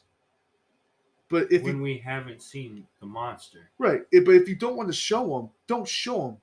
And if you want to keep using the predator vision that he has, like, go for it. Or the shriekers from Tremors 2, however you want to describe it. That type of vision, if you want to use that, go for it. But don't keep, like, we've seen it, what he looks like.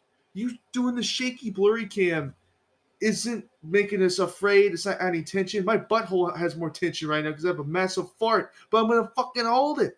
There's more tension in that than there is in this entire movie. And I think on that beautiful note, we're going to close the book on this chapter and move on to something we have been dying to talk about this whole time as fans of this series.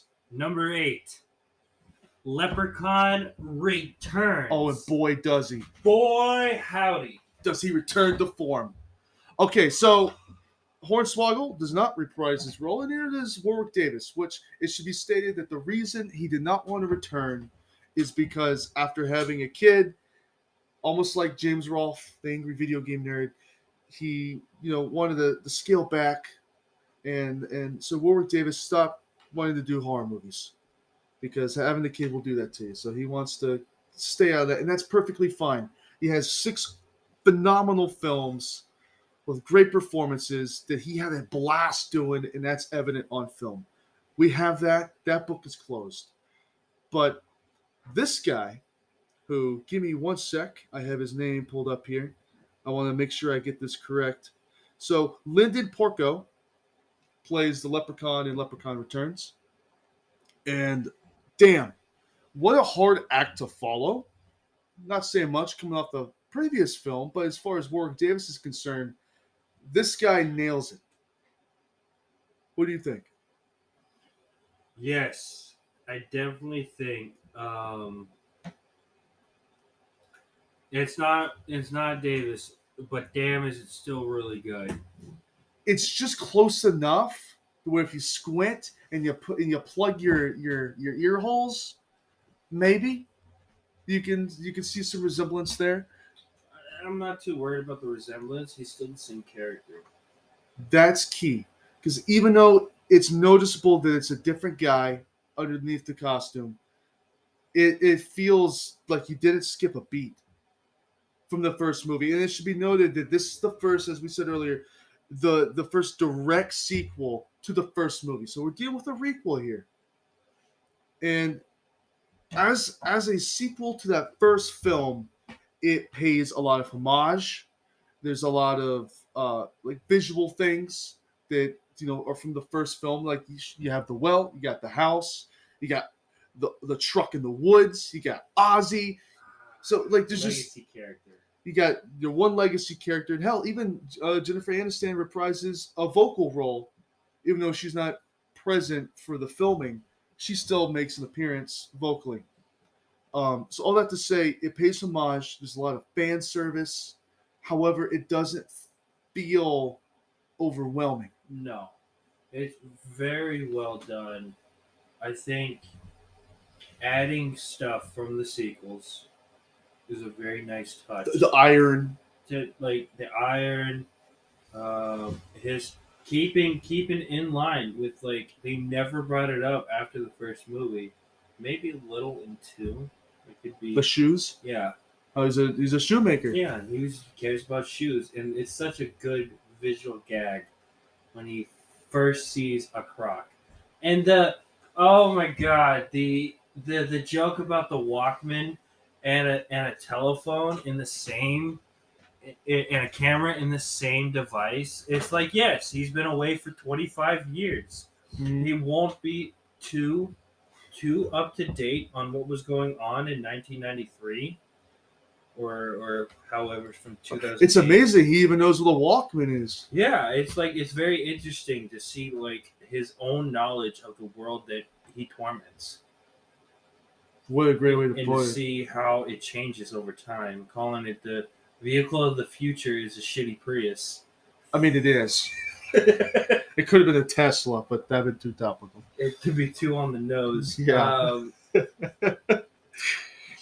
Just the little gags, the little references, and the fact that not only he has the sly pervy comments, the sly rhymes, and the between dad jokes and actual really good jokes. They honestly just double down on it from the first movie. It all lands. Yeah. Even the stuff that's not like funny, like laugh out loud funny, you're okay. That's good. That was a good one. It's one of those. He's in character and he's having fun, and by proxy, you're having fun. It was a blast, man. Yeah, it's you're endeared to this guy because what's so bizarre is even though Warwick Davis plays him in 2, 3, 4, 5, and so on, the exception of the WWE one. This feels the most like the Leprechaun we get in the first movie. Yes. Which is crazy because he didn't play him in the sequels.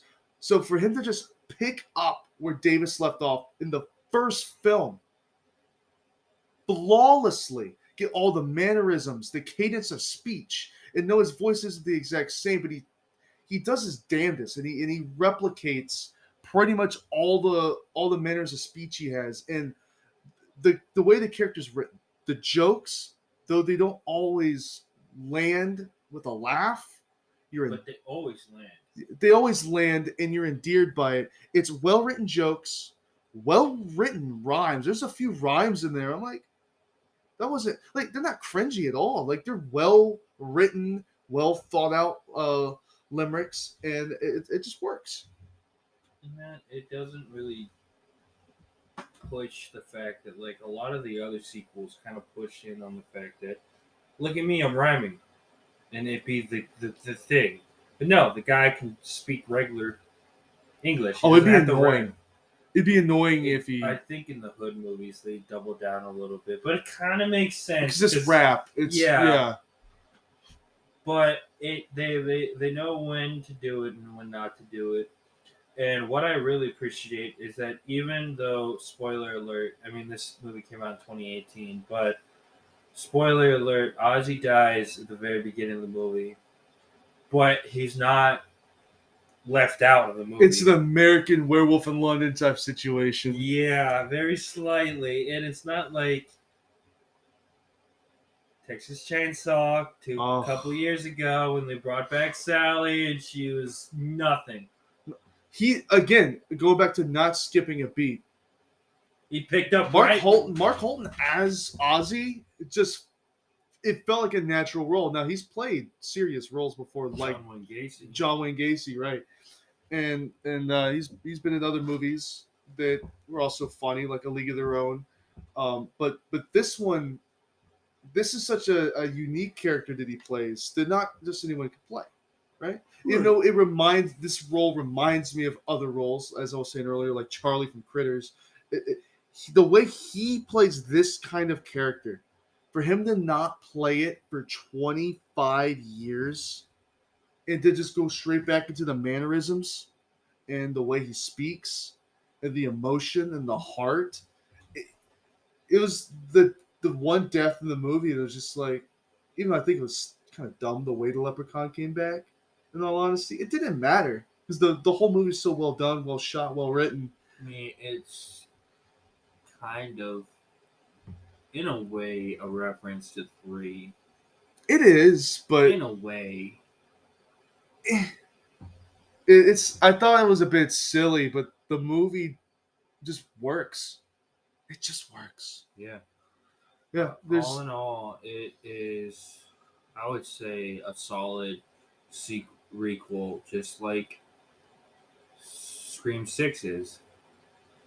Right. Just I was talking about on the intro of the podcast. Yes, I'm butthurt, but I did enjoy myself very much. That these franchises can be picked up out of the blue and just get good sequels. Pick a good slasher. Yeah, your Halloween series. I don't think I like Halloween Kills as much as some people, but it's definitely better than the later Halloween movies. Yeah. Yeah, as much as I'd like to shit on your boy Michael Myers, he's got some good ass sequels. Better believe it. Yeah. Well, it's not just he's got good, competent people behind the scenes working on the movies. I mean, it helps having John Carpenter. Yeah, even though he only worked on a handful of movies, it helps. Even if the writing isn't the greatest, having John working on the movie, directing the movie, will naturally make the movie better. It also, and I hate to double down on off-topicness, but I think we talked about it before. I don't think after 2, I actually honestly think Toby didn't really want to make a second one, especially how he directed the second movie. It's almost like a kick in the balls for all these other slasher fans who are getting sequels like Halloween 2, at least the first Friday the 13th movie, because Texas Chainsaw 2 comes out in the late 80s. Yeah. It's just kind of kicking the ball. No, you're not going to get another fucking slasher movie. You're going to get this satire. Yeah. It's very satirical in its nature. It's like, yes, in a way, it could be disrespectful to give Texas Chainsaw an actual horror sequel, but at the same time, I'm like, I love the horror of the first movie. R.I.P. Toby, but I think the character really deserves a really good sequel. Well, I'm sorry you're a fan of a dog shit series with zero consistency. Leprechaun has more consistency. I have no explanation for you. I'm sorry. But the great thing about Leprechaun is it's a funny series. Yeah. So it doesn't it jumps tonally too much from being super grounded, super serious and gritty to Leatherface into Hood, which is kind of what we got in a weird way with the stupid Gen Z characters and we cancel you, bro. Like that's something the Leprechaun would say. Yeah, he would say it. It'd be funny because it's him, and it works because of established rules. So all in all, the Leprechaun series. Well, let me put closing arguments on this film. This film excites me for where it's going to go because it ends with a chicken truck. It's always a damn chicken truck. I don't know why. So he gets on the chicken truck and he rides off for Bismarck, North Dakota. And all in all, this movie could not be more perfect. It's silly. It's funny. It's a damn good time. And the kills are really good. The practical effects are really good. And even with sci-fi's cheesy special effects, it works. It really works. Mm-hmm. This was Lionsgate and Sci-Fi working together to make this film. I think I said it a few times, but during the movie, okay, so when the mailman, who I mean, it's every when he shows something in the movie, you got Chekhov's gun. If something is shown, there's got to be some plot relevance for it. Right. So, like the shovel trophy shows up later for a kill. The kills the girl that I said reminded me of Jeff from Clarence. Just all neurotic and just wouldn't shut the hell up. Not that I hated her, but No. just an observation. And the mailman that shows up early in the movie, when he comes on screen, I'm like, okay, I knew this guy was going to come into the fold eventually. And I remember calling it out loud that when he opened the mailbox, I'm like, is he going to pull a SpongeBob? Is he going to pop out of the mailbox? Lo and behold, the Leprechaun was in the mailbox. That sneaky son of a bitch was in there. He was. I saw it.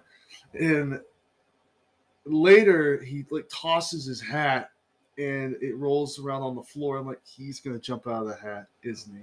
Mm-hmm. Lo and behold, he jumped out of the hat. We know this character so well. We know what he's going to do. We know probably what he's going to say because he's such a well-defined character. And that's the weirdest realization I had while watching the movie is just how well-defined he is and how easy a sequel like this should have been. And they just couldn't do it. He couldn't do it. He laid the most perfect foundation. And they just couldn't do it. Took them 25 years. 7 movies. Yeah. 7 movies in 25 years. Well, technically 6. 7. Because you got no, it would be 6. 6, yeah. 6 movies to get this right. You're already adding our movie that we're writing because Lionsgate is looking for pitches. And boy, we got a pitch for them. I want to entertain this. We'll go back and forth with yours. Because I like where you're going with yours. Okay. We talked about it a little bit. Well, the whole point was that we weren't supposed to think about it or engage in it with it at all. Yeah. The entire runtime of the film, but we were planning on making a sequel to Leprechaun Returns. And so just free balling without thinking about it whatsoever. You're going to see us, yes, and live. Right. And of course, when we get the Creepypasta workshop, it's going to be us yes-anding as well. So, okay, just free balling right off the top of the dome. This is what I got for you. Okay, so he goes to Bismarck, North Dakota, because, okay, there's a bank there, right? But it's a special bank. It's almost like Green Gots from Harry Potter. I know you don't give a two rat's asses about that, but it's like this ancient bank in Bismarck, and it sits on a mine, an ancient mine of gold. And he knows it's there because there's other leprechauns enslaved in the mine. And, okay, hear me out. There's also a shamrock shaman from Ireland who has been hunting down leprechauns. And this one, in particular, is one that escaped from him when somebody decided to buy him in Ireland and take him back to the States. And he's been on the run ever since. And he's been looking for this particular leprechaun because he's super dangerous. But his whole deal is he takes leprechauns from the quote-unquote wild and decides to put them, whether it's an imprisonment or he sells them to bidders because they're magical creatures, right? They have powers. They can heal you. They can, who knows what they're capable of. They're fucking magic. Just like the Loveland Frog. We don't know what they're capable of. So this guy collects magical creatures and he sells them to the highest bidder. He's not like some Van Helsing type where he goes around killing monsters. No. He's literally capturing them and selling them to people. So possibly he's the one who initially sold them to the guy in the first movie. So this guy's just like rounding up magical creatures, and he's also looking for this leprechaun because of the rampage he went on. And so it's like a deal that's gone bad. So for the sake of his employers, he's sent to go tie up loose ends. And he tracks him to this bank in Bismarck where the leprechaun's trying to get all of his gold back. And this is like the biggest repository of gold sitting here in this bank vault. And so the Shamrock Shaman teams up with the two surviving characters from the previous movie because there's some set of circumstances I haven't figured out yet. They all get wound up and they have to it's like a heist movie in this bank, and they're trying to break into the bank that he took over. It is now unified all these different magical creatures, including other leprechauns. That's all I got. Yeah, it's pretty solid. It's a bit rough. It's definitely not the direction I would go with. I think it's solid. I definitely do think it's solid. It's rough. I was thinking of kind of like an intro, like the intro of the movie, starting with kind of like the beginning of 3, where he actually goes to a pawn shop, and it almost be like kind of like the episode of Family Guy when Brian and Stewie get locked in the safe at a bank. Is it a bottle episode, but the whole movie? Yeah, and it's it's also he's limited on his powers because the bank vault is made of iron. So he isn't in a bank vault. So he's stuck in the bank. Yeah. Okay, I like that. Yeah, it's kind of like he went there to get his gold, and then the guy was like he knew, like he came in doing his magic shit already, right? So he knew that this was legitimate and everything, and so he locks the leprechaun in the iron safe. But it's kind of like the Brian and Stewie episode where they're trying. It's all with quips and jokes back and forth until the vault is opened by the management, right? Okay. And then he just fucking kills everybody in the bank vault, and he obviously it's scattered. I mean, it's from they went to a dollar pawn, right?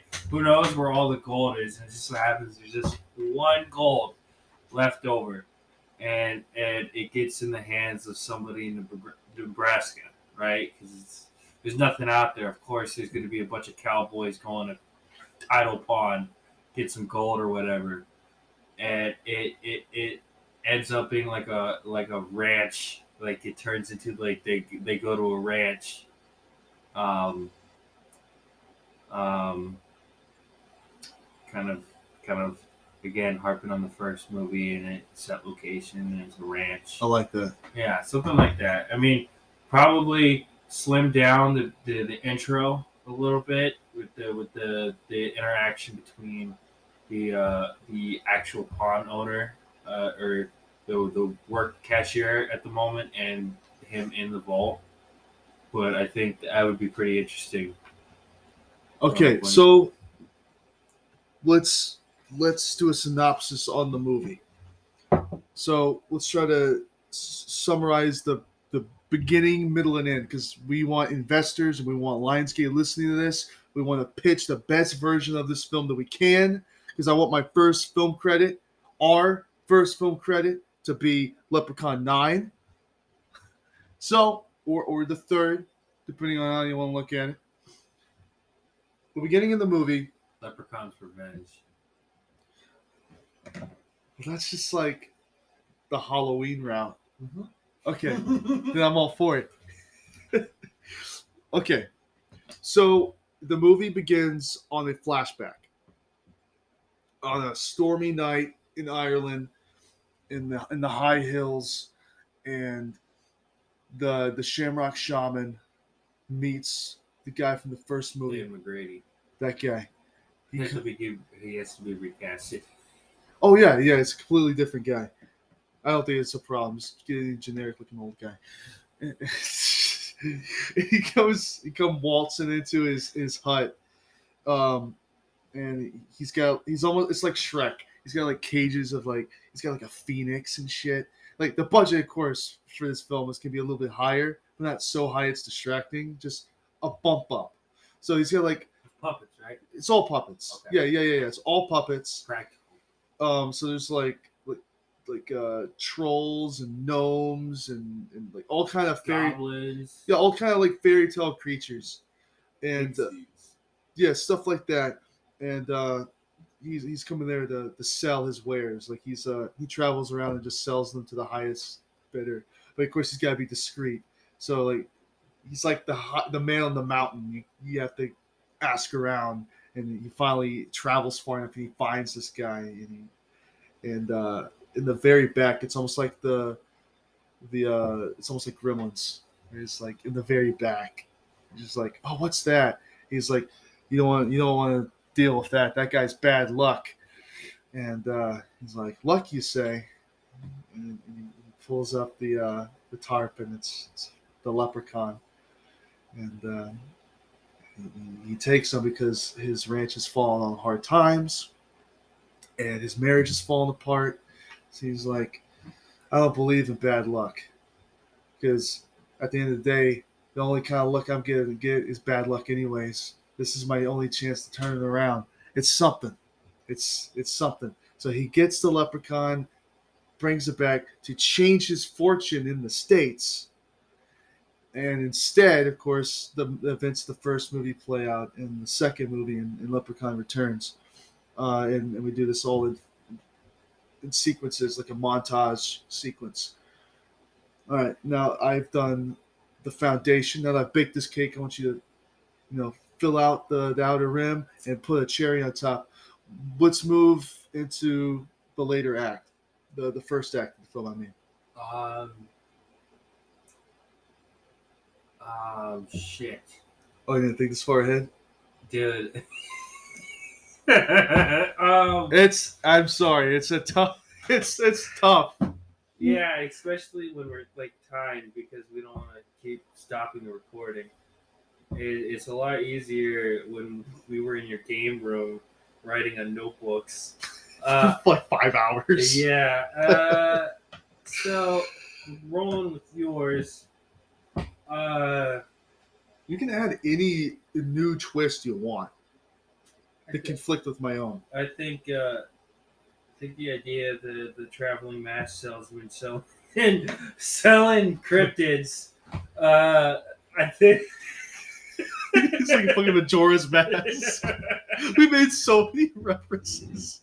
10 seconds. It is a really good idea. So maybe when he goes back up to was it Busrick? Bismarck. No problem. The traveling salesman has his own ranch up there. Okay. And because he's up there looking for skinwalkers. Whoa. See, like, okay, I'm not correcting you because the idea is poor. It does conflict with the original idea, because the original idea is that this guy is in Ireland. So the Shamrock Shaman in Ireland, who travels around selling cryptids, just so happens to have a ranch near where all this is taking place. Yes, because it's Nebraska, kind of skinwalkers up there. He's up there looking for skinwalkers. Okay. Because there's a cryptid up there. I mean, we can put out any other cryptid we want. First one comes up with skinwalker. We could say Sasquatch if we really wanted to. What other cryptids from North Dakota? I mean, going off analog horror, apparently the monument mythos, Mount Rushmore is... Yeah. Where's that, South Dakota? Fuck. But I think... I think we'll go with skinwalkers from now. And he's up there because he's got his own ranch looking for skinwalkers. As you do. And I think I don't know. What's he doing? What's he doing up there? He doing? goes up there and wants to have revenge on the shaman for imprisoning him, right? Okay. And kind of like a fucking Star Wars tavern-esque kind of situation. He lets loose of all the monsters and cryptids on the farm. Okay. There you go.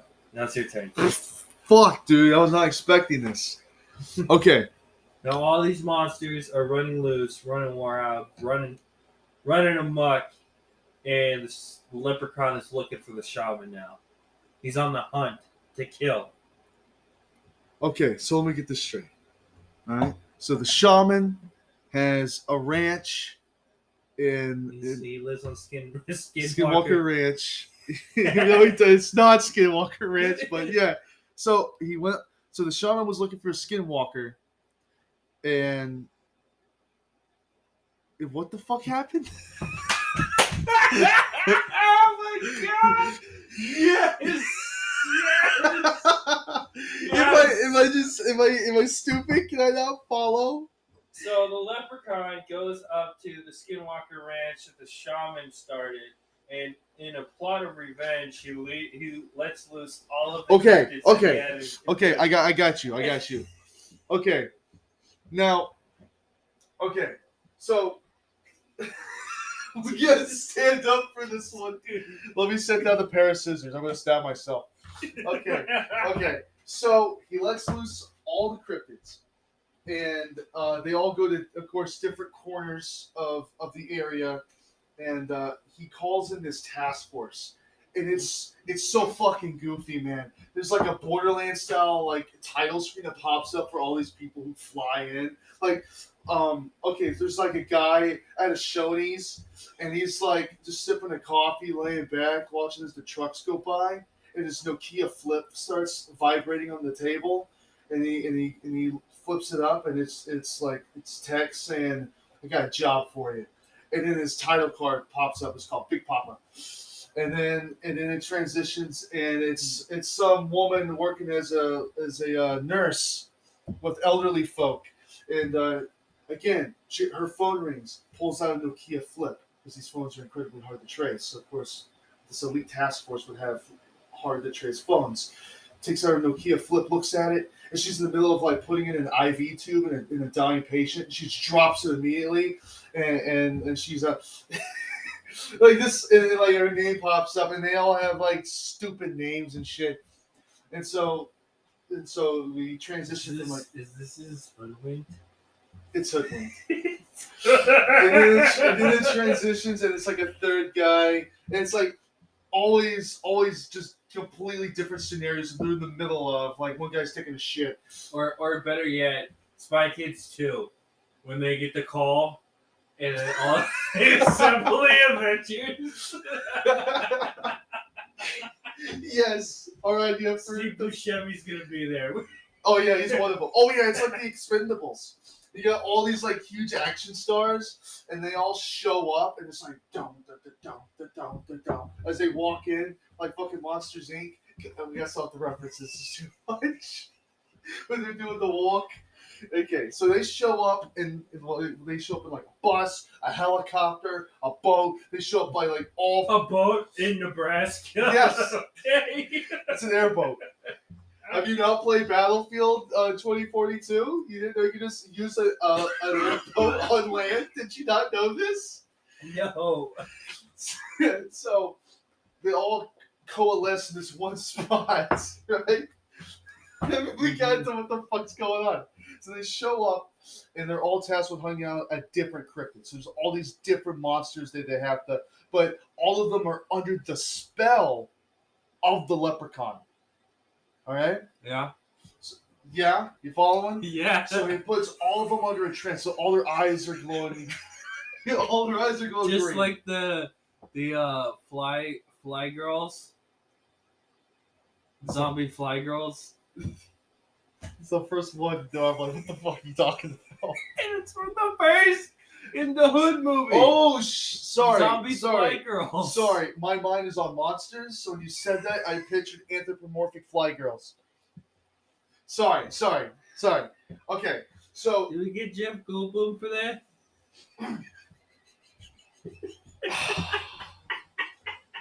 he's part of the All elite right, task force. okay, He's part of the elite the task force. task force. Yeah, he shows up. He's called the people from Jurassic Park. All of them. We need a paleontologist.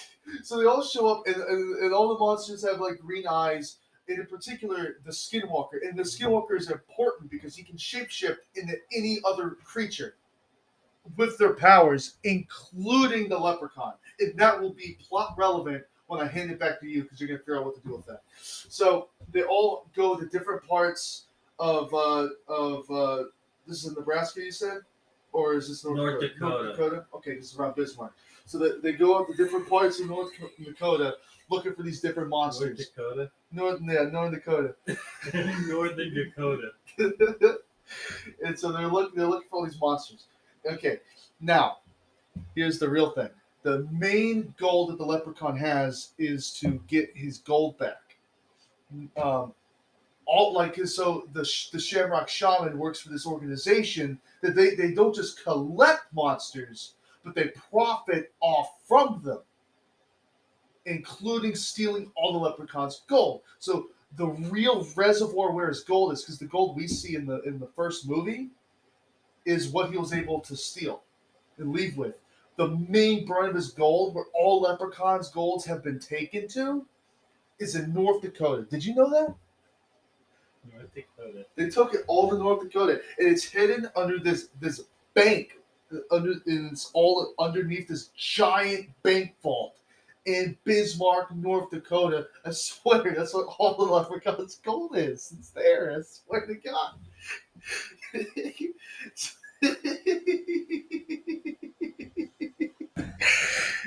Okay, that's what's going on. Okay. Slug, what happens next? What happens? What happens next? Let task force start fucking bagging these cryptids like it's Lost Worlds, right?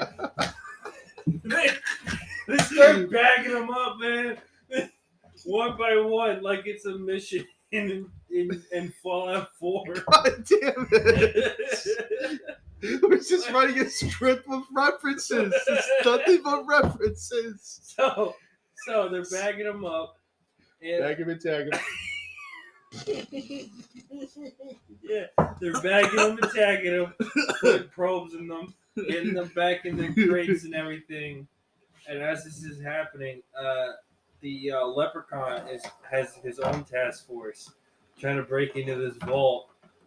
Of crypt, yeah, he's got like what, like what's on this team? Skinwalker, Okay, Banshee, it's gonna be Celtic stuff, of course. yeah, Banshee, the Phantom Cat would be pretty cool. You know what I'm talking about? Yeah. Yeah, Phantom Cat. Kelpie. Yeah, and let's get what are they called? The Wisps. Willow the Wisp. Yeah. Willow the Wisp. Yeah. He's got these homeboys, and the voice for the Wisp is this like overly like deep voice, but it's not like a soothing one. It's like a very like evil deep voice. I just think that'd be really funny. The smallest and the cutest, Of course. cryptid has the deepest and darkest voice. And Is it like Navi from it's Legend of like Zelda? straight up X-Men, right? Oh yeah. So Banshee, they're all using their superpowers to break into this vault, and the Leprechaun knows it can't go into the vault because it's a leprechaun because it's made of iron. Mm-hmm. And so they all get in there, and when they all come back, the leprechaun's right there, and they all walk up. But what the group doesn't see is what fuck it, just spoiled it. The leprechaun looks back behind him, and he sees that the leprechaun is in a very tiny iron box, and the Skinwalker like flips, kind of like Queen Chrysalis for a second. It's like it goes back to a Skinwalker face with a smile and a wink, and it goes back up to being the Leprechaun again. Oh, beautiful. It gets fucking hoodwinked out of his own gold. Just think about it. I mean, you're the one who came up with the idea, but think. I will try to think about it. Honestly, I'll try to think about it. Keep going. But like, I was kind of hoping you would play off the idea of the shapeshifter and then the fact that the place has iron in it, so that the leprechaun couldn't go in there, but the shapeshifter could. So it's one of those things where if the audience is paying attention, they'll understand that the leprechaun can't be in the vault. Right. And so like the reveal might be surprising to some, but if you're paying attention, you'll be rewarded. Right. Okay, you passed it back to me? I'm passing it back to you. The Okay. Skinwalker just looked back, gave the leprechaun a wink in his tiny little cage. What happens? Okay. So putting all the others back under his trance, he is now hunting down the Skinwalker. But we shoot back to what the Shamrock Shaman is doing and his task force, and they're just bagging him and tagging him one by one, and they load him up. And of course, they're sentient creatures. They're like from Shrek, you know, they're sentient. They can talk. So they make a plea deal. If they help, Jesus, Chandler. they make a plea deal. They say the Shamrock Shaman and Ian Malcolm from Jurassic Park and also some fucking other Steve Goldblum. Jeff Goldblum and Steve Buscemi. All-star cast. Yeah. Why not? And Sylvester Stallone. Oh, he's done with the Creed movies, so he's got something to do. He's got free time on his hands. He's Leprechaun 9. Sure. So I'm not gonna use the word plea deal again. Just drink your water, don't choke. And they agree that we will help you take down the leprechaun. So they go on a search for the leprechaun, and they're following this trail. And of course, it's like breadcrumbs, right? They're following this trail of destruction of where all these monsters have been. And the way they find them is at the end of a rainbow. And they go to the end of the rainbow, and they see they see Mr. Lucky Charms himself. Fuck you, Lucky Charms. We didn't even talk about that the last movie, but they got that quote. Origins, Jesus, no, we're not gonna go back. So never go dark back. Time. The Dark Ages. So at the end of the rainbow, they see the leprechaun, Mr. Lucky Charms himself, and they have this confrontation. But as they get the better of him, he then starts transforming into all the other monsters and using their powers against him, because it was the Skinwalker the whole time, who the Shamrock Shaman was there for the whole time. Like, he was looking for him to begin with. That was his main adversary. So the movie's really setting up to make it look like this is like the big bad. Like, this is the main villain that all this is about. But then the real leprechaun shows up and puts him back under a trance and has full control of him, and just under his control of his magic, just wipes out everybody. And then his crew shows back up, and he just puts all the monsters there under his control, and it's just this elite task force and Shamrock Shaman, and they capture them, and they put them in cages, and they take them back to the bank vault, and they seal them deep underground. Fuck, I dropped the scissors. And they put them deep underground in this bank vault. And now the leprechaun has full control. He has won, and he's got all of his gold now. What happens? I'm pretty happy with that. Oh, it is a good ending? Yeah. Is that good sequel bait? Yeah. For a 10th movie? Yeah. Okay, better yet? Yeah. They're coming with the plot of 10 right now too. No, this is how the movie's gonna end. The Leprechaun's gonna go back to I don't know where the fuck do the Leprechauns live at the end of a rainbow. Vegas. He's gonna go to Vegas. Yes, yes. Because think of it's the third movie Yeah. in this new trilogy. So going back to the other third movie, they're in Vegas. Yeah, they go to Vegas and all the monsters are like also the Skinwalker for some reason is a hooker because it could turn into whatever you want. Okay. And so like the Leprechaun's playing a pimp. So this is the post credit scene, right? This is not like the final shot. This is the post credit scene. So he's in Vegas. He's a pimp. He's pimping out his Skinwalker, making some moolah. You know how he be doing. And all the other monsters are doing like menial tasks and jobs for him around the city. They're out like gambling, but they got like human disguises on and stuff. And they're using the magic coin. Yeah. So like every time he puts a coin into the machine, it magically makes him win a jackpot every single time. Right. And then he's doing. And he just at the end of it, he just owns the casino.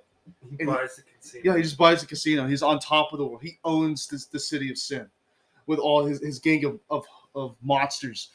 But That's not what you're gonna say. That's not what you're no, gonna say. no. So it then transitions to the dark Labyrinthian caverns underneath the bank vault. It's this whole sprawling like mine system where all the gold used to be stored. And the Shamrock Shaman has a green torch. Just be festive. There's no plot relevance. It's just a green torch. He's walking through these dark caves, trying to guide his fellow comrades out of the mines. And then he comes to a set of bars, and it's like a warning to not let out whatever's in there. And it turns out that he's got a coin, right? The Shamrock Shaman has one single piece of gold from the Leprechaun. So back in Vegas, the Leprechaun's freaking the fuck out because of all the gold he got, he's missing one coin. Just one. So when we transition and we realize that the Shamrock Shaman has his last piece of gold, he comes to this barred gate with all these warnings and runes, carved into the walls and stuff. And a figure approaches from the darkness, put his snarling grin against the bars, and he wraps his gnarly fingers around the bars. He's like, "Long time no see, old friend." And do you know what it is?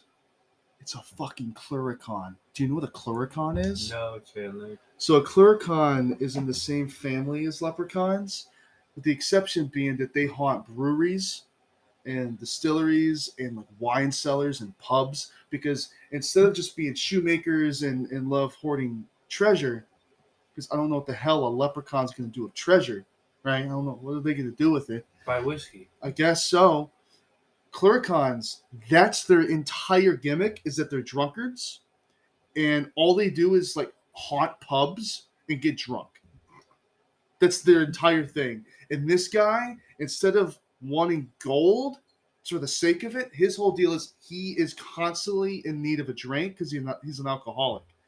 And he was placed deep down under here because he was such a problem for the organization to handle that he was put the furthest down because he would destroy entire villages over a pint. It's the most Irish thing. He was worse than the IRA. He was just burning shit to the ground for a pint of whiskey. So he brings him, the Shamrock Shaman brings him this one coin. He's like, "I got one last job for you. You in need of a drink?" And he flips him the coin and he lets him out of the cage. Roll the final credits. Wow. That sounds like a really fun movie. It's probably more action oriented than it should be. There is plenty of horror elements and a lot of killing. We didn't get into individual kills, but it's just a fun movie that plays into Irish mythology outside of just leprechauns. But like, there's just more going on. It's probably too much going on. Liongate, I hope you're listening. That's our pitch to you. Do better than that. Give us a call. You know where to call us at.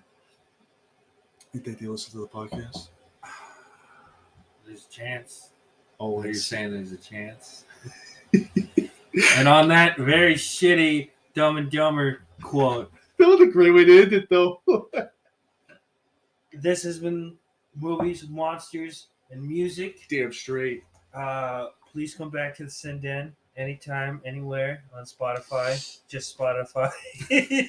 You can find our page on Instagram at Movies, Monsters, and Music Podcast. This has been a pleasure. I had a very good time watching all these Leprechaun movies.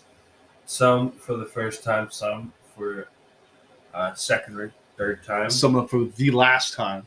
Yes. Some that I would actually really want to rewatch again, like Return, for example. Mm-hmm. But I am Slug, and this is my co-host, or excuse me, my host, the Big Sauce Daddy. Any last notes? Did I say any last words? Like you're about to kill me or something?